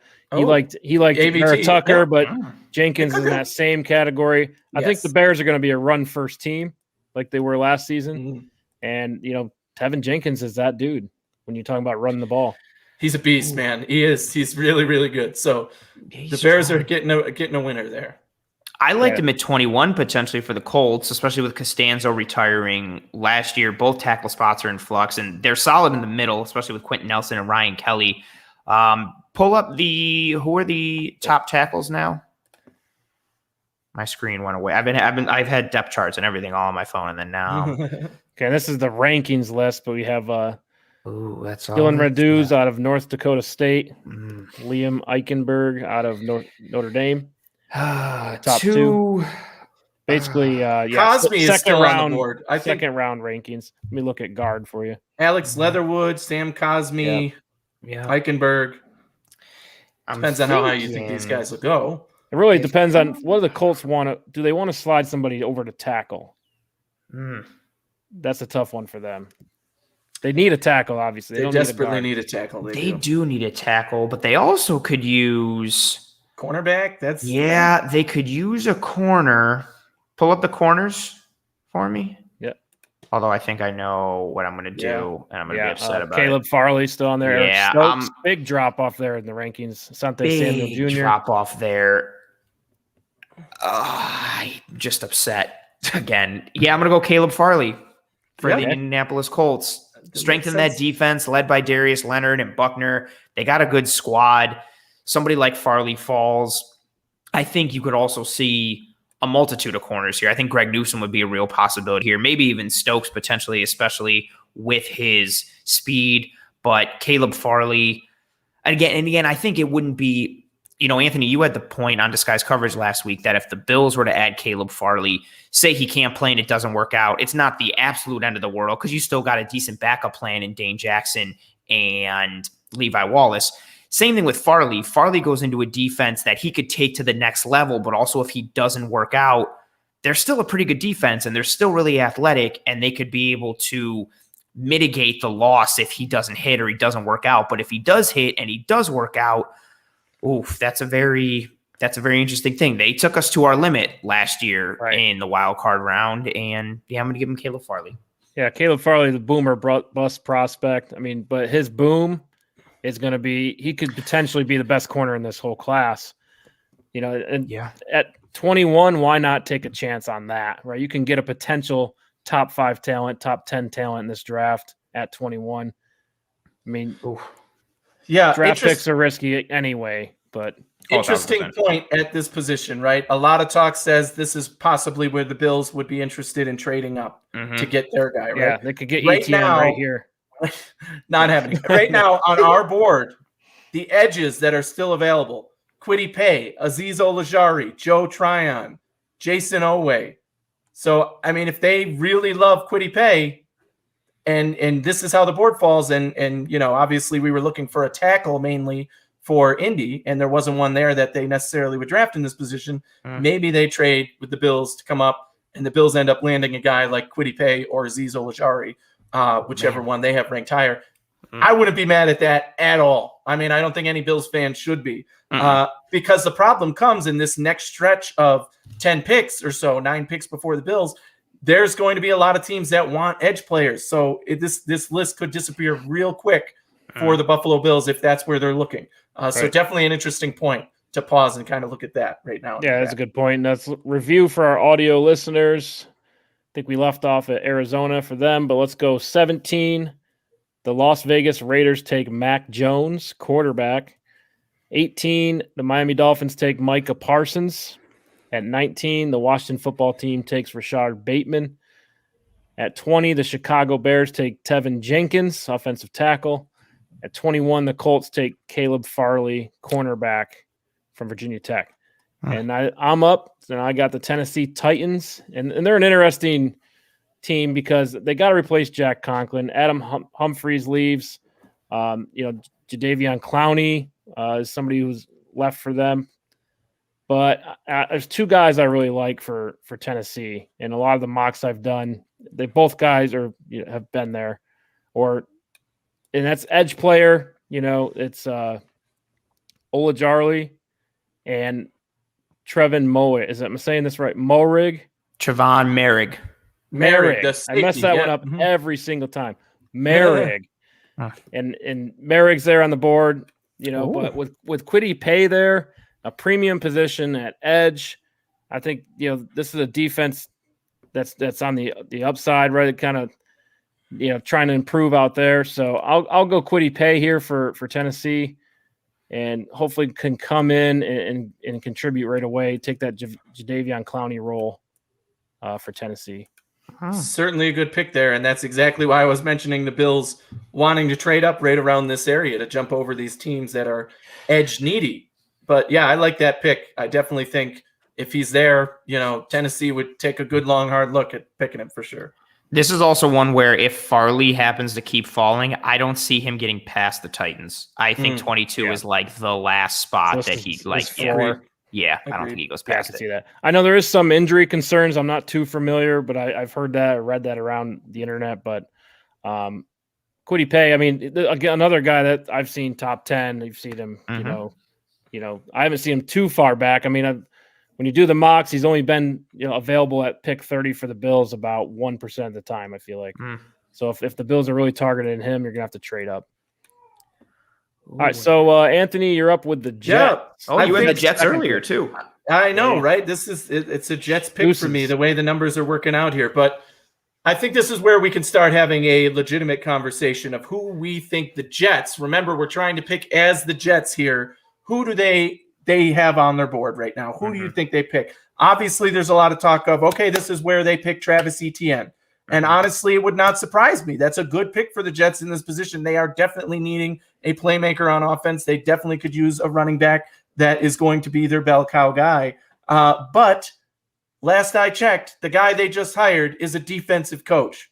So that means that they need to probably look at cornerback, edge, as you see. Those are 2 of their big needs here. And there are a ton of guys on the board right now. Azeez Ojulari, Tryon, if he's their guy. They certainly need offensive line help again. They could go to the next offensive line that they like. They could go Morik here. Who knows? So, I mean, it's really up in the air for me as to what the Jets will do. I tell you what, though, I'm leaning away from Etienne just because, again, the guy they just hired is a defensive coach. He wants to get some of the guys that will work in his defense. So they've done a lot on that defensive line already. But, man, if they were to get another edge, cornerback is a need. Who's left at cornerback here again? So Stokes, Joseph, Samuel. They could go Stokes. What do you guys think? I'm open for some feedback on this one. I think the running back discussion makes sense, but I think you would also get him in the second round early if you wanted to. There's still going to be quality backs that are there. Yep, or even early in the third, like when they have those picks coming through. I think to your point, I think you're looking at corner, edge, or even potentially Zaven Collins as well, because he can do a lot of different things, especially with what Salah likes to do as a defensive coordinator. For me, it'd be between Stokes, Ojulari, and Zaven Collins. And I would probably lean Ojulari. But don't forget, they just drafted a new quarterback. Don't make the same mistakes you made before. Get the man some help. A guy like Kadarius Toney, you could take a reach on. Vera-Tucker definitely contributes to helping the quarterback out. Just something to keep in mind. Could take Elijah Moore as well, get him some help. Or no, they have Jameson Crowder, so maybe not. Yeah, it's really tough here. They got their quarterback. Again, maybe they're thinking we need to protect a guy. But I agree. I'm still going. I'm leaning defense because that's where Salah's heart is, and I think I'm going to go based on this board. I'm going to go Azeez Ojulari to the Jets. Okay. Good pick there. Ojulari. It's a great pick, and it's one of the Bills targets that's off the board. Breaking hearts. Yeah. Smashing hearts.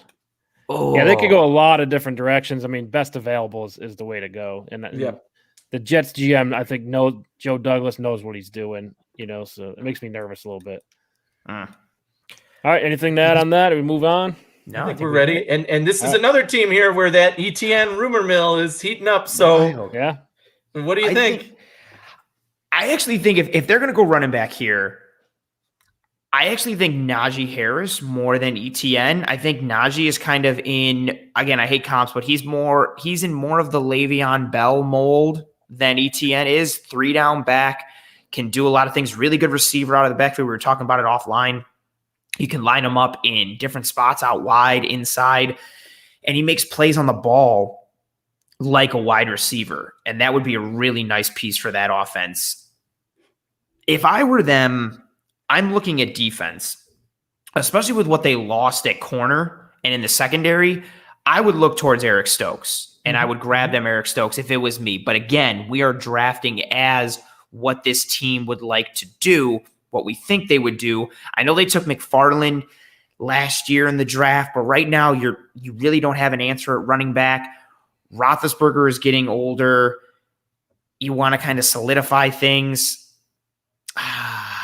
I hate doing it because I don't find the value in it. But again, doing it as them, I'm going to give Najee Harris to the Steelers. Yeah, I think this is truly the breaking point. I've said this for a couple of weeks now too. If the Steelers do not go running back here, I do not think a running back goes in the first round. They are the breaking point. Other than the Bills. Running. Yeah, right. Yeah. They are the breaking point for running back in this draft. If they do choose to go cornerback, or some other position of need. And remember, their coach also happens to be a defensive-minded coach. The Steelers are, in general, a defensive-minded organization. So for them to pick a guy like Najee Harris here is a little bit out of character, but maybe he's that high on the board, and it's certainly a position to need. That's why it's in the conversation. So I still think that the Steelers will choose not to go running back, especially if one has not gone yet. Because they will have the opportunity to get one in the second round as well, and might even still be able to get Harris or Etienne if they're willing to trade to the top, or they're in the top picks of the second round. So it'll be interesting to see what happens with this. Yeah, I think Najee Harris is the best fit for them of all the running backs, just because what he does out of the backfield and catching the ball, and he's a bigger body. I mean, James Conner, it seemed like he couldn't break a tackle. Right, that was one of the big problems they had.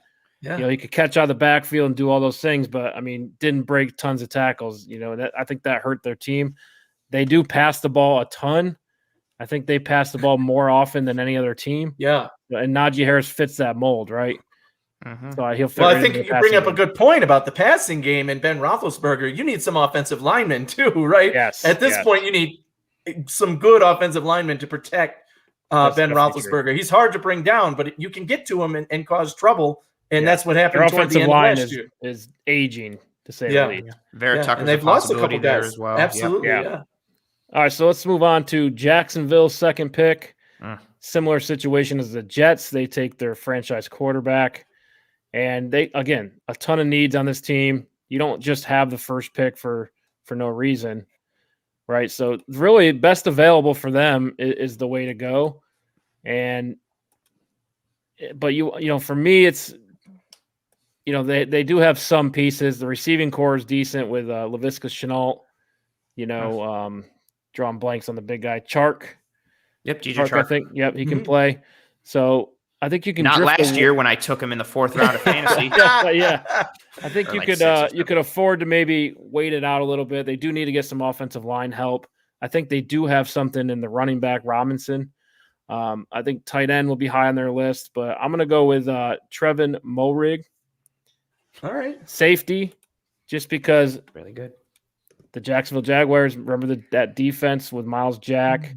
They go cornerback last year with the guy C.J. Henderson. So I think Moehrig is just another piece to add to the defense, and then they go offense with their second-round picks. Jacksonville in this second pick here is the big mystery, right? Because this is really the first pick of this organization. The first one they have is a guaranteed, nobody thinks twice about that. But this pick, now they have a decision to make. Which way are they going with this? Are they building that defense? Are they getting a guy to protect their new quarterback? Are they, wanting more weapons on that offense? Who knows? And so I think that Jacksonville is a huge question mark in this draft at this position specifically. Maybe they trade back because they want to get more picks with this new organization, especially the fact that it's Urban Meyer, a guy who's coming from the college ranks. This is his first time doing this. Who knows? It'll be fun. Yeah, it's definitely fun. I like Moehrig's game. I think he reminds me a lot of Jordan Poyer. He's all over the field. I mean, you can. I think he lined up in the box as much as JOK did. So I mean, there's a lot he can do for your team. I think he can play in the slot, the big nickel position. I think he's a guy that can do all those things. Somebody asked about Greg Newsome. Greg Newsome went 16th to the Cardinals. Safe pick. Nice safe pick. Breaking hearts. Unfortunately for the Bills. All right, so Anthony, you're up next. Anthony, your favorite team, your favorite QB. The Cleveland Browns take their new starting quarterback, Joe Schmo from community college. Yeah, right. But seriously though, this team has gotten better. The Browns are a good team. There's no debating that. The Browns are probably the favorite to win their division right now, and that's not a long shot. They are sitting pretty right here again. There's lots of guys on the board that they probably like.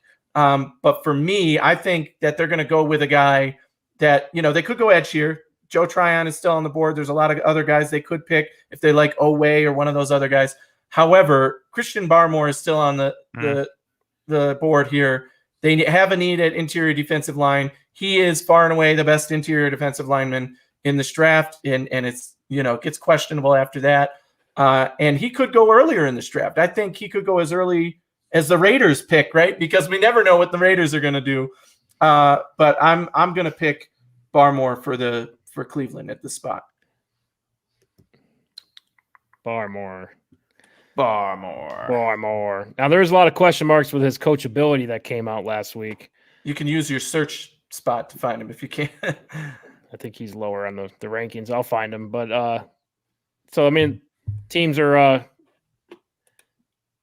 it seems like he's dropping just because of the coachability issues is what I read. What that means, who knows? But just something to keep an eye on. But there is only a few interior defensive linemen that are considered starters in this draft. So something to keep an eye on. If you need a premier guy, like I think the Browns do, maybe take a risk, take a shot like that. Anything to add? We good? Let's move on to Baltimore. 2 picks now in the first round. Yeah. And I don't think they're hiding anything. They've been pretty open about receiver and edge. Yes, right. So, They are. what do you think? They are. So what's interesting here is, granted, they have the need, but Baltimore is also a famous team for, especially under the Ozzie Newsome years, but then Eric DaCosta, who is their GM now, who studied under Ozzie Newsome, they are very much a best player available team, almost as much as the Brandon Beane administration has been. So they look to fill need, but they also combine that with value and who fits what they do and what they're able to knock out.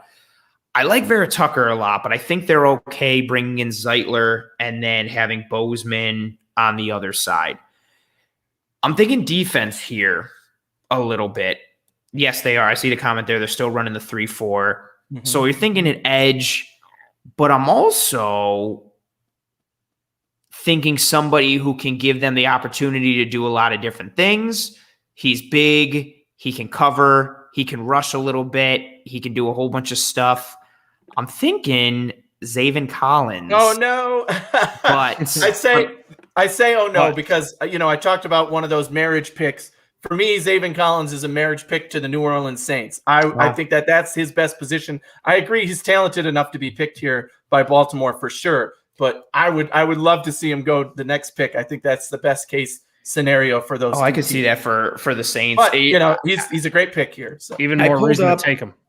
Yeah, even more reason. Yeah, the Saints are going to take him behind you. Yep. I pulled up the defense for the Ravens, and not that it's not stout, but two of the linebackers. I mean, you're looking at LJ Fort and you're looking at Jalen Ferguson. Not that they're bad, but I wouldn't say they're tremendous starting caliber. You throw someone like Zaven Collins in there who can do matchup things, and he can blitz a little bit. He isn't tremendously well. I think value has always been a buzz term. If you've ever watched I watched the first value. Give me the first draft I ever watched with like the Peyton Manning Ryan Leaf draft. All I heard was like value. Yeah, I think Zaven Collins, somebody who is a bit of a Swiss Army knife, can do a lot of things. He's big, play in the AFC North.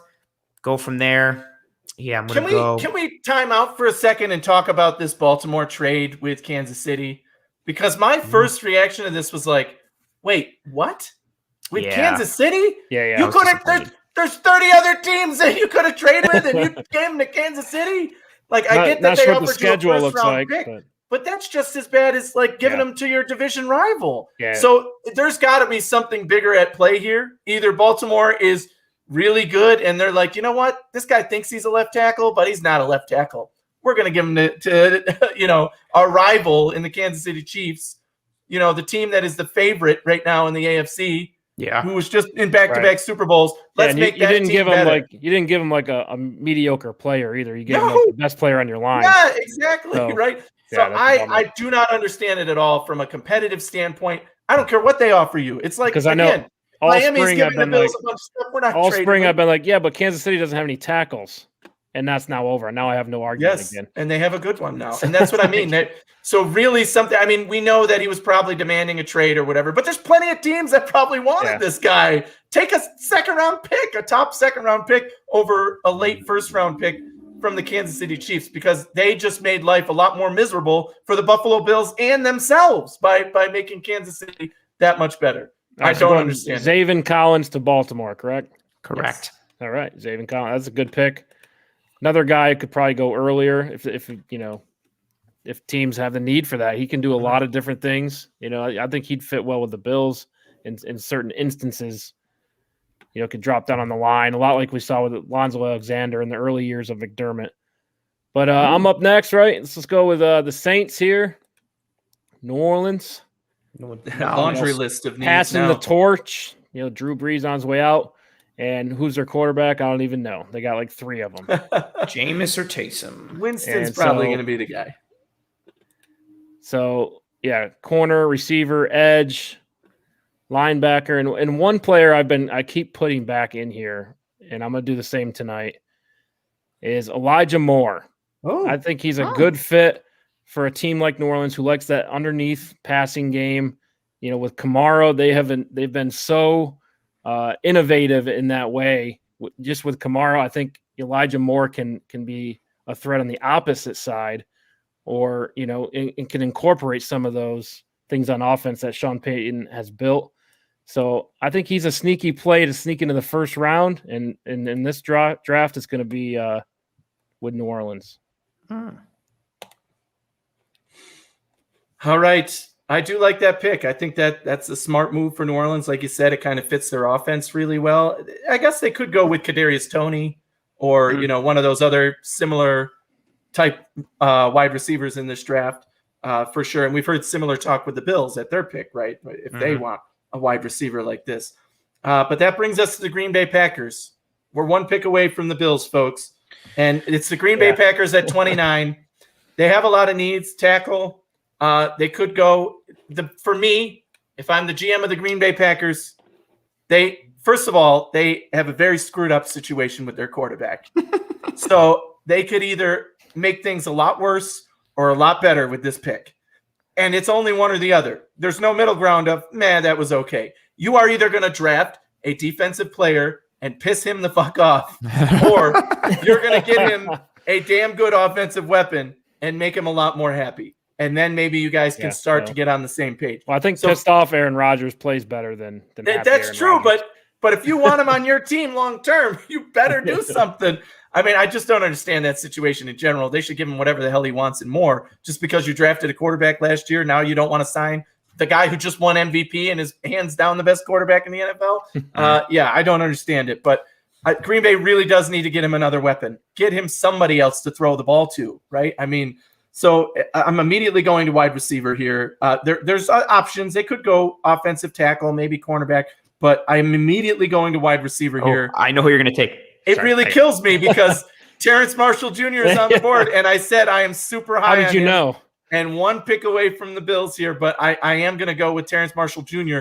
I'll tell you why I love him. He's an ideal number 2 guy in my book. Like, he can go stretch the field. He has great hands. He runs good routes, and he's a playmaker. He could be your number 1 on any team. But when you put him next to, for the Bills, is Stephon Diggs, or even with the Green Bay Packers here, he is going to be a dynamic long-term option at number 2 receiver. And it wouldn't surprise me if he ends up being the best wide receiver in this class. That's how deep this class is. Those top 3 are pretty can't miss.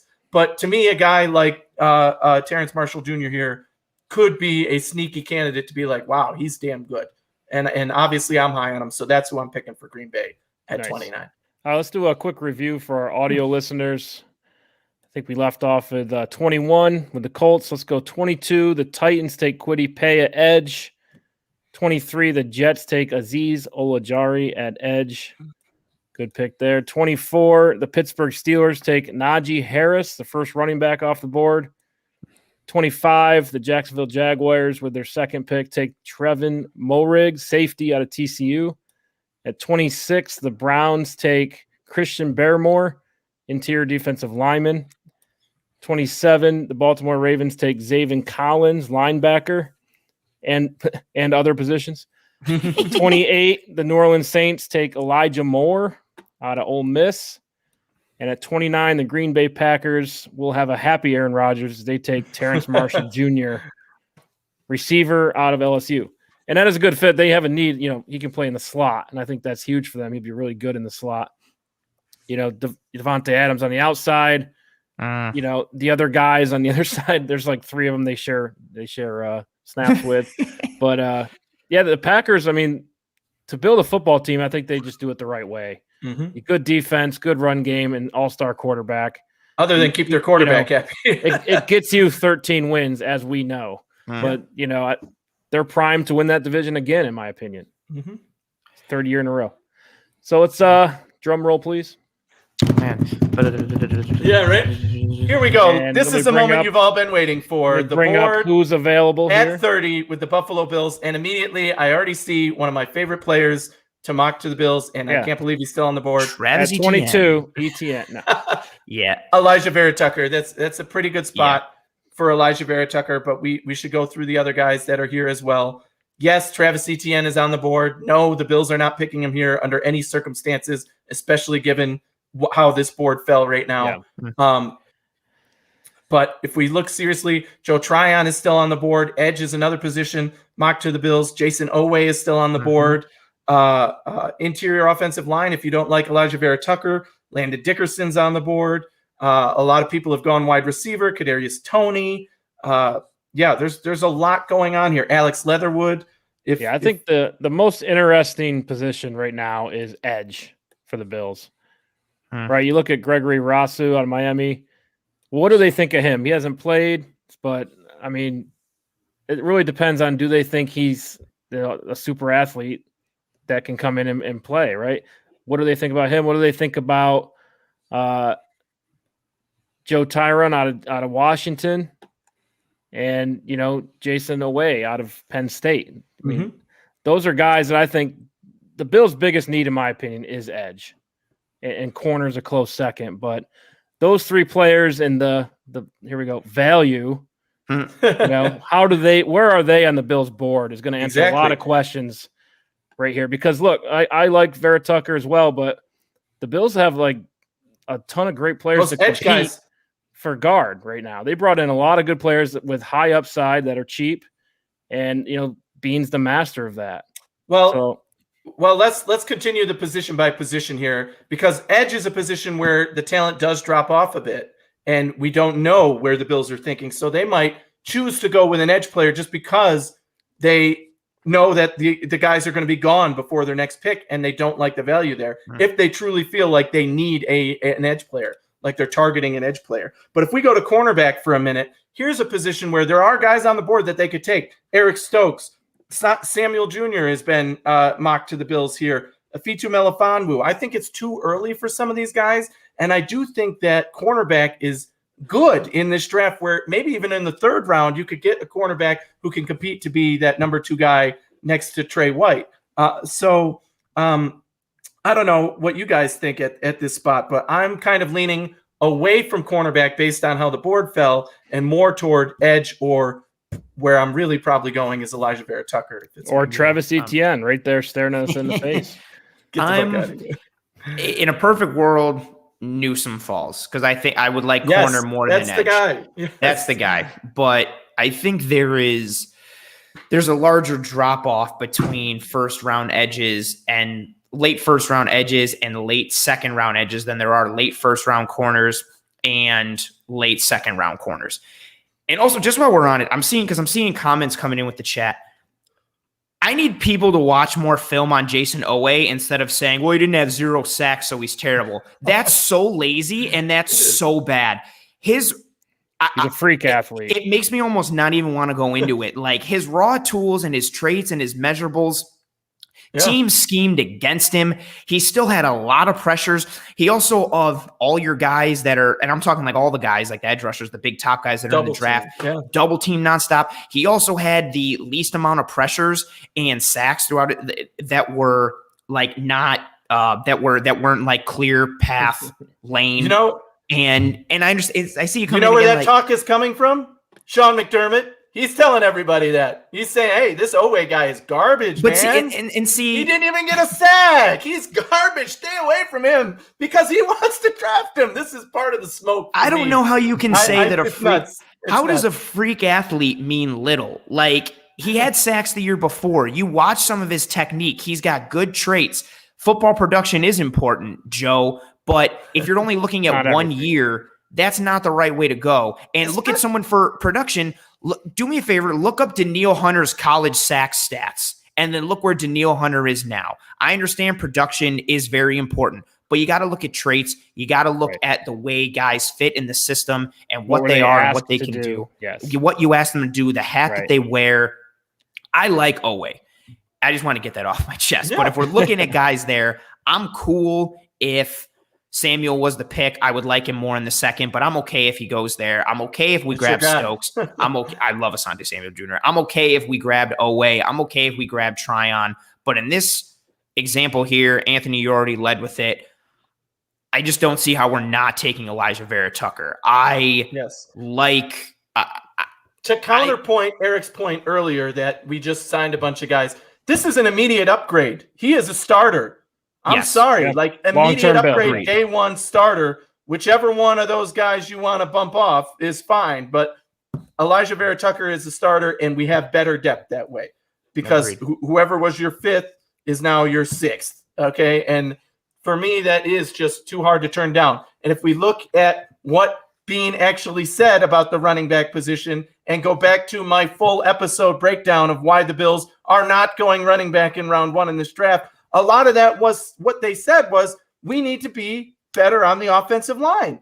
We need to scheme better. We need to do things better. And how do you do that? You bring in that competition because we don't know what's happening at the guard position, honestly, for the Bills. I mean, we have an idea of what we think is going to happen, but there's a lot of uncertainty there. And if you plug in a guy like Elijah Vera-Tucker, that for me is the immediate most upgrade the Bills could get at any position. Is immediately day one. If you draft Elijah Vera-Tucker, you've increased what you had. You from a percentage or whatever standpoint you want to look at it.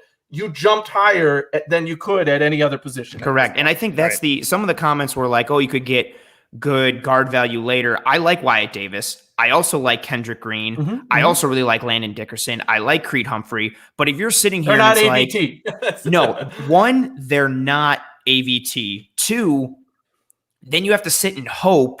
Well, I hope one of these guys fall to 61. Hope is not a plan, as Greg Thompson has famously coined. You cannot do that. And I also, to your point again, well, the Bears, I think AVT is such a better prospect than those guys. And to the people saying that like guard is low need or we're okay, we still, even if you have the highest of hopes for Cody Ford, you still don't know. We don't know John what he is. Feliciano, I love John Feliciano's attitude, and I love what he brings to off the field. I don't want to see him play Chris Jones ever again in my life. And even on his best day, his pass protection was never strong.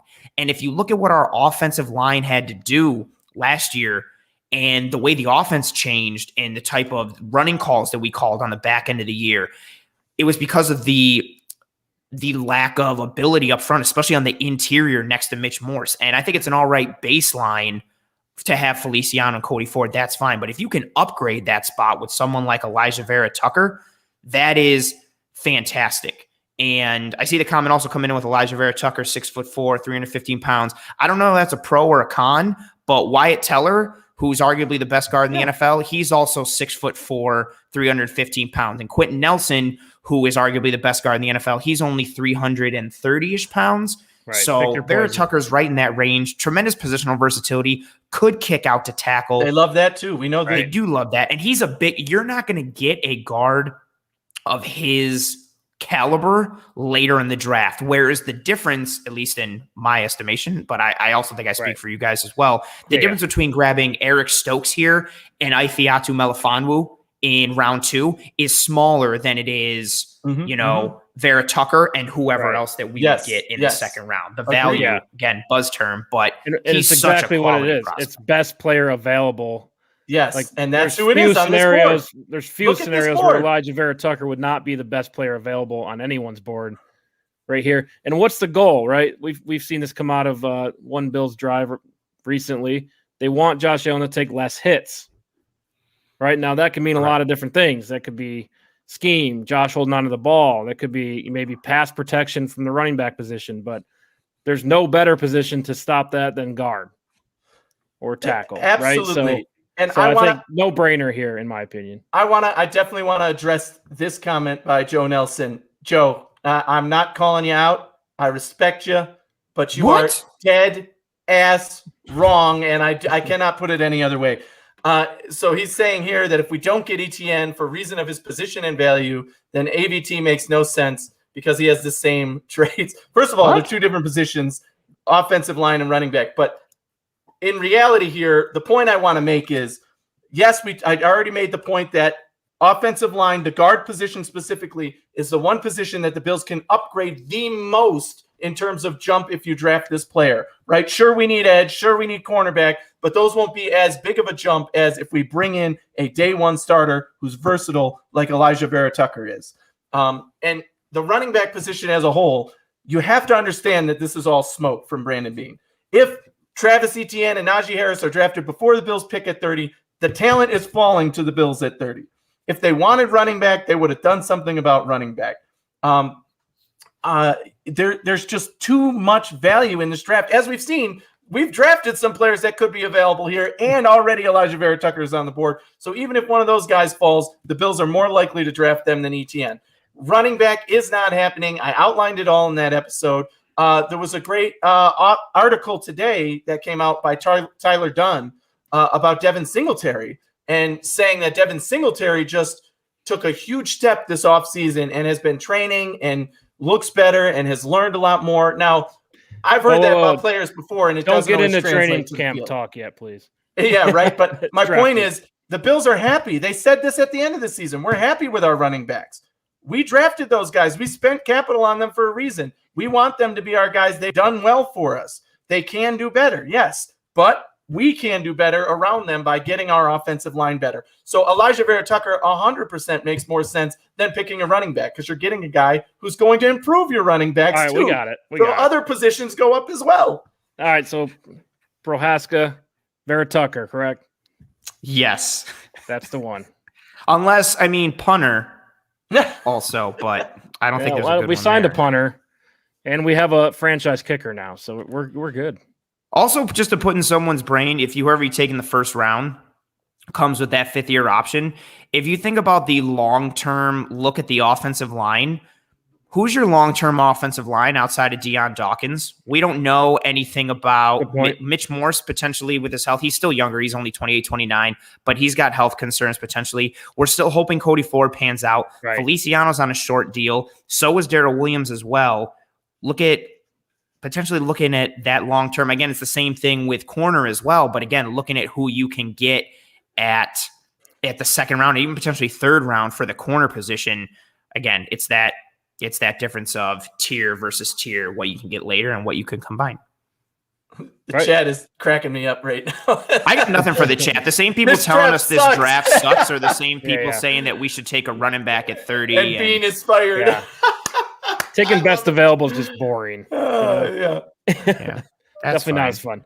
I also think it's sweet to hurl insults at people when you haven't even seen the film and haven't even seen anything and just kind of take a peek and just throw stuff out on a chat. That's sweet. But the name I've heard most is Travis Etienne, so it should be him, and he's a running back, and we sucked at the run game. Yeah, you can't draft a running back and expect to give him the ball. We're a pass team now. I went from the same perspective. Eric Turner and I did that film breakdown on the run game issues in late January, early February.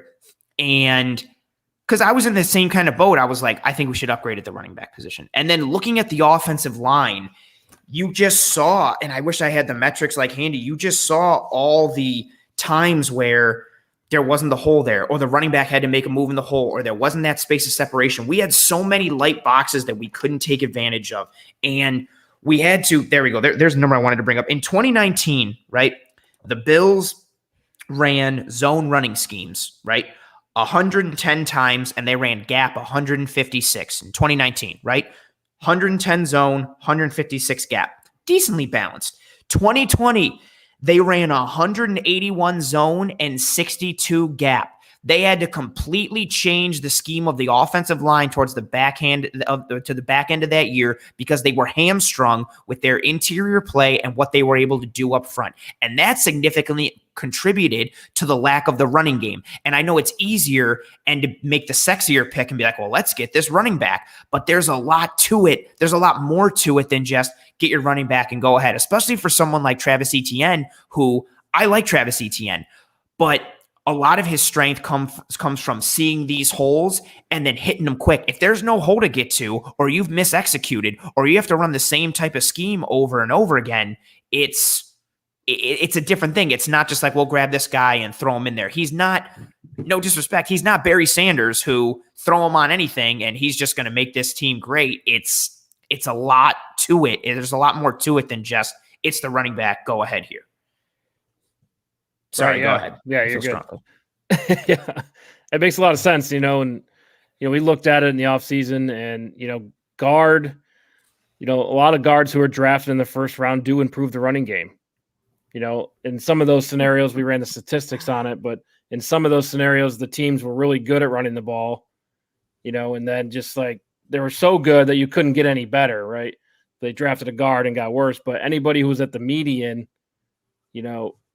got better by like 2 yards per carry by taking a guard in the first round. Yeah. So also, we didn't save Elijah Vera-Tucker on purpose. I was just going to bring that up. If we were going to save anyone, we would have saved Greg Newsome. That's who I want. I was going to ask you guys who, if you could have a player that you would want to fall to 30. Obviously, you're not picking, Patrick Surtain. That's not happening. Right? Yeah, Kyle Pitts would be nice. Yeah, Kyle Pitts. That's not happening. But realistically, is there a guy at 30 who you would want? Newsome for me now is again that marriage with Sean McDermott. Yes, please. I think Newsome, if he's there, would be an awesome pick. But Elijah Vera-Tucker is the guy I've been saying all along. And Caleb Farley, obviously, if he falls, I do not think he will. But Elijah Vera-Tucker has been the name I've been wanting and looking for all along. But the board fell well for us. Right. And Kwity Paye, too, would be another fun one. Right. If one of those top edge guys is there, it's hard to turn down that as well. All right, so let's wrap it up. We got 2 picks left. We are now on to Baltimore, and that pick is mine. They already went edge player. I don't think they have any secrets. It's Zaven Collins is going to fill that edge role for them. And I think they need to get a receiver as well. So I'll give them Kadarius Toney.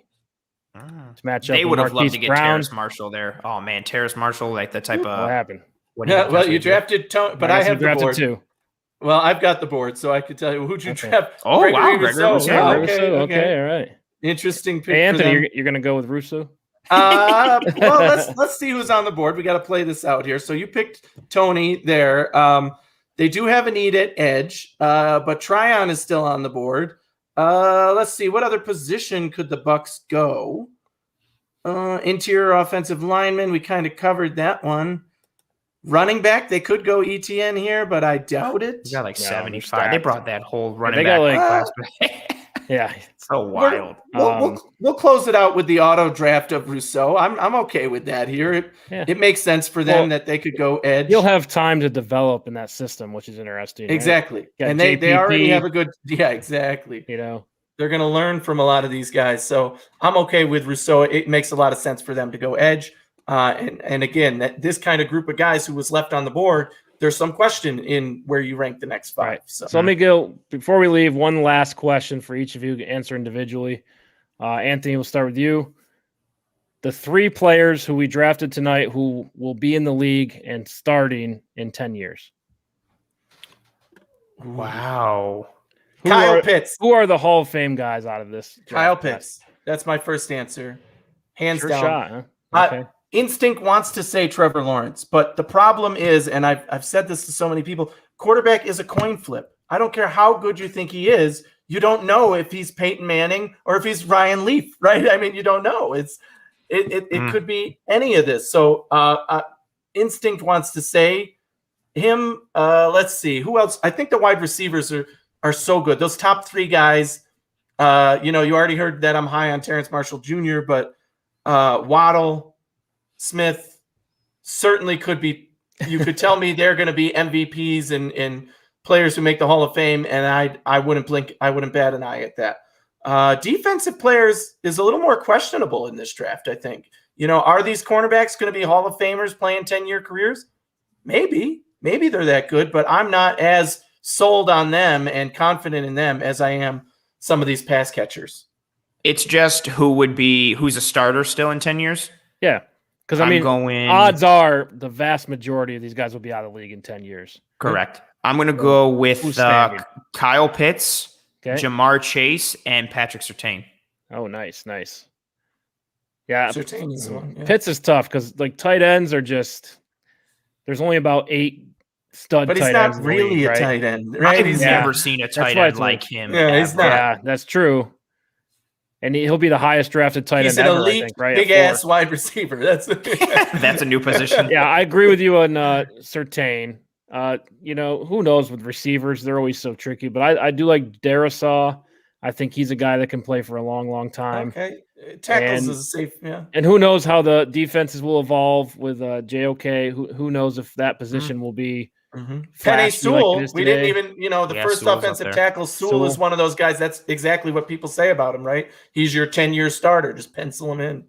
So it could be him. That wouldn't surprise me at all. And I'll go Trevin Morag, too. Interesting. Okay. I do think he's a guy who can play for a long time in the free safety. He moves around a ton. Yeah. So great man and zone. Really I think he's a guy that'll be in the league a long time. Like it. All right. That's all we got. All right. Thanks for joining us, everybody. And it was a long show tonight, but it is draft week, so we went the extra mile for you. And, Bills made out pretty good tonight. Usually that's not the case, but I'll more than take it. Thank you. This one. Mac Jones is a 15-year backup. Oh, that's fair. Love it. Still in the league, though. Yeah, still in the league. Thanks to the Raiders for taking Mac Jones and pushing Vera-Tucker our way. But be sure to tune in draft night for a draft hangout with Cover One. Kicks off Thursday. You doing pregame too, or is it just during the draft? We gotta decide that. There's a very large potential for that, but we'll be sending out a lot of communication on the old Twitter. All of our Twitter handles are obviously putting under our names here for Eric, Anthony Romeo, and myself. Stay tuned to all of our Twitter feeds. The Cover One Twitter feed, we will be communicating everything. And then, of course, obviously, once you'll see the links post up on YouTube, you'll see when we go live. But we will be locked and loaded and fully engaged every single night and day of the draft. There's going to be a lot of, IV drips, energy drinks, granola bars, just a whole bunch of things to keep us going. It'll be intense. Nerds. Let's do it.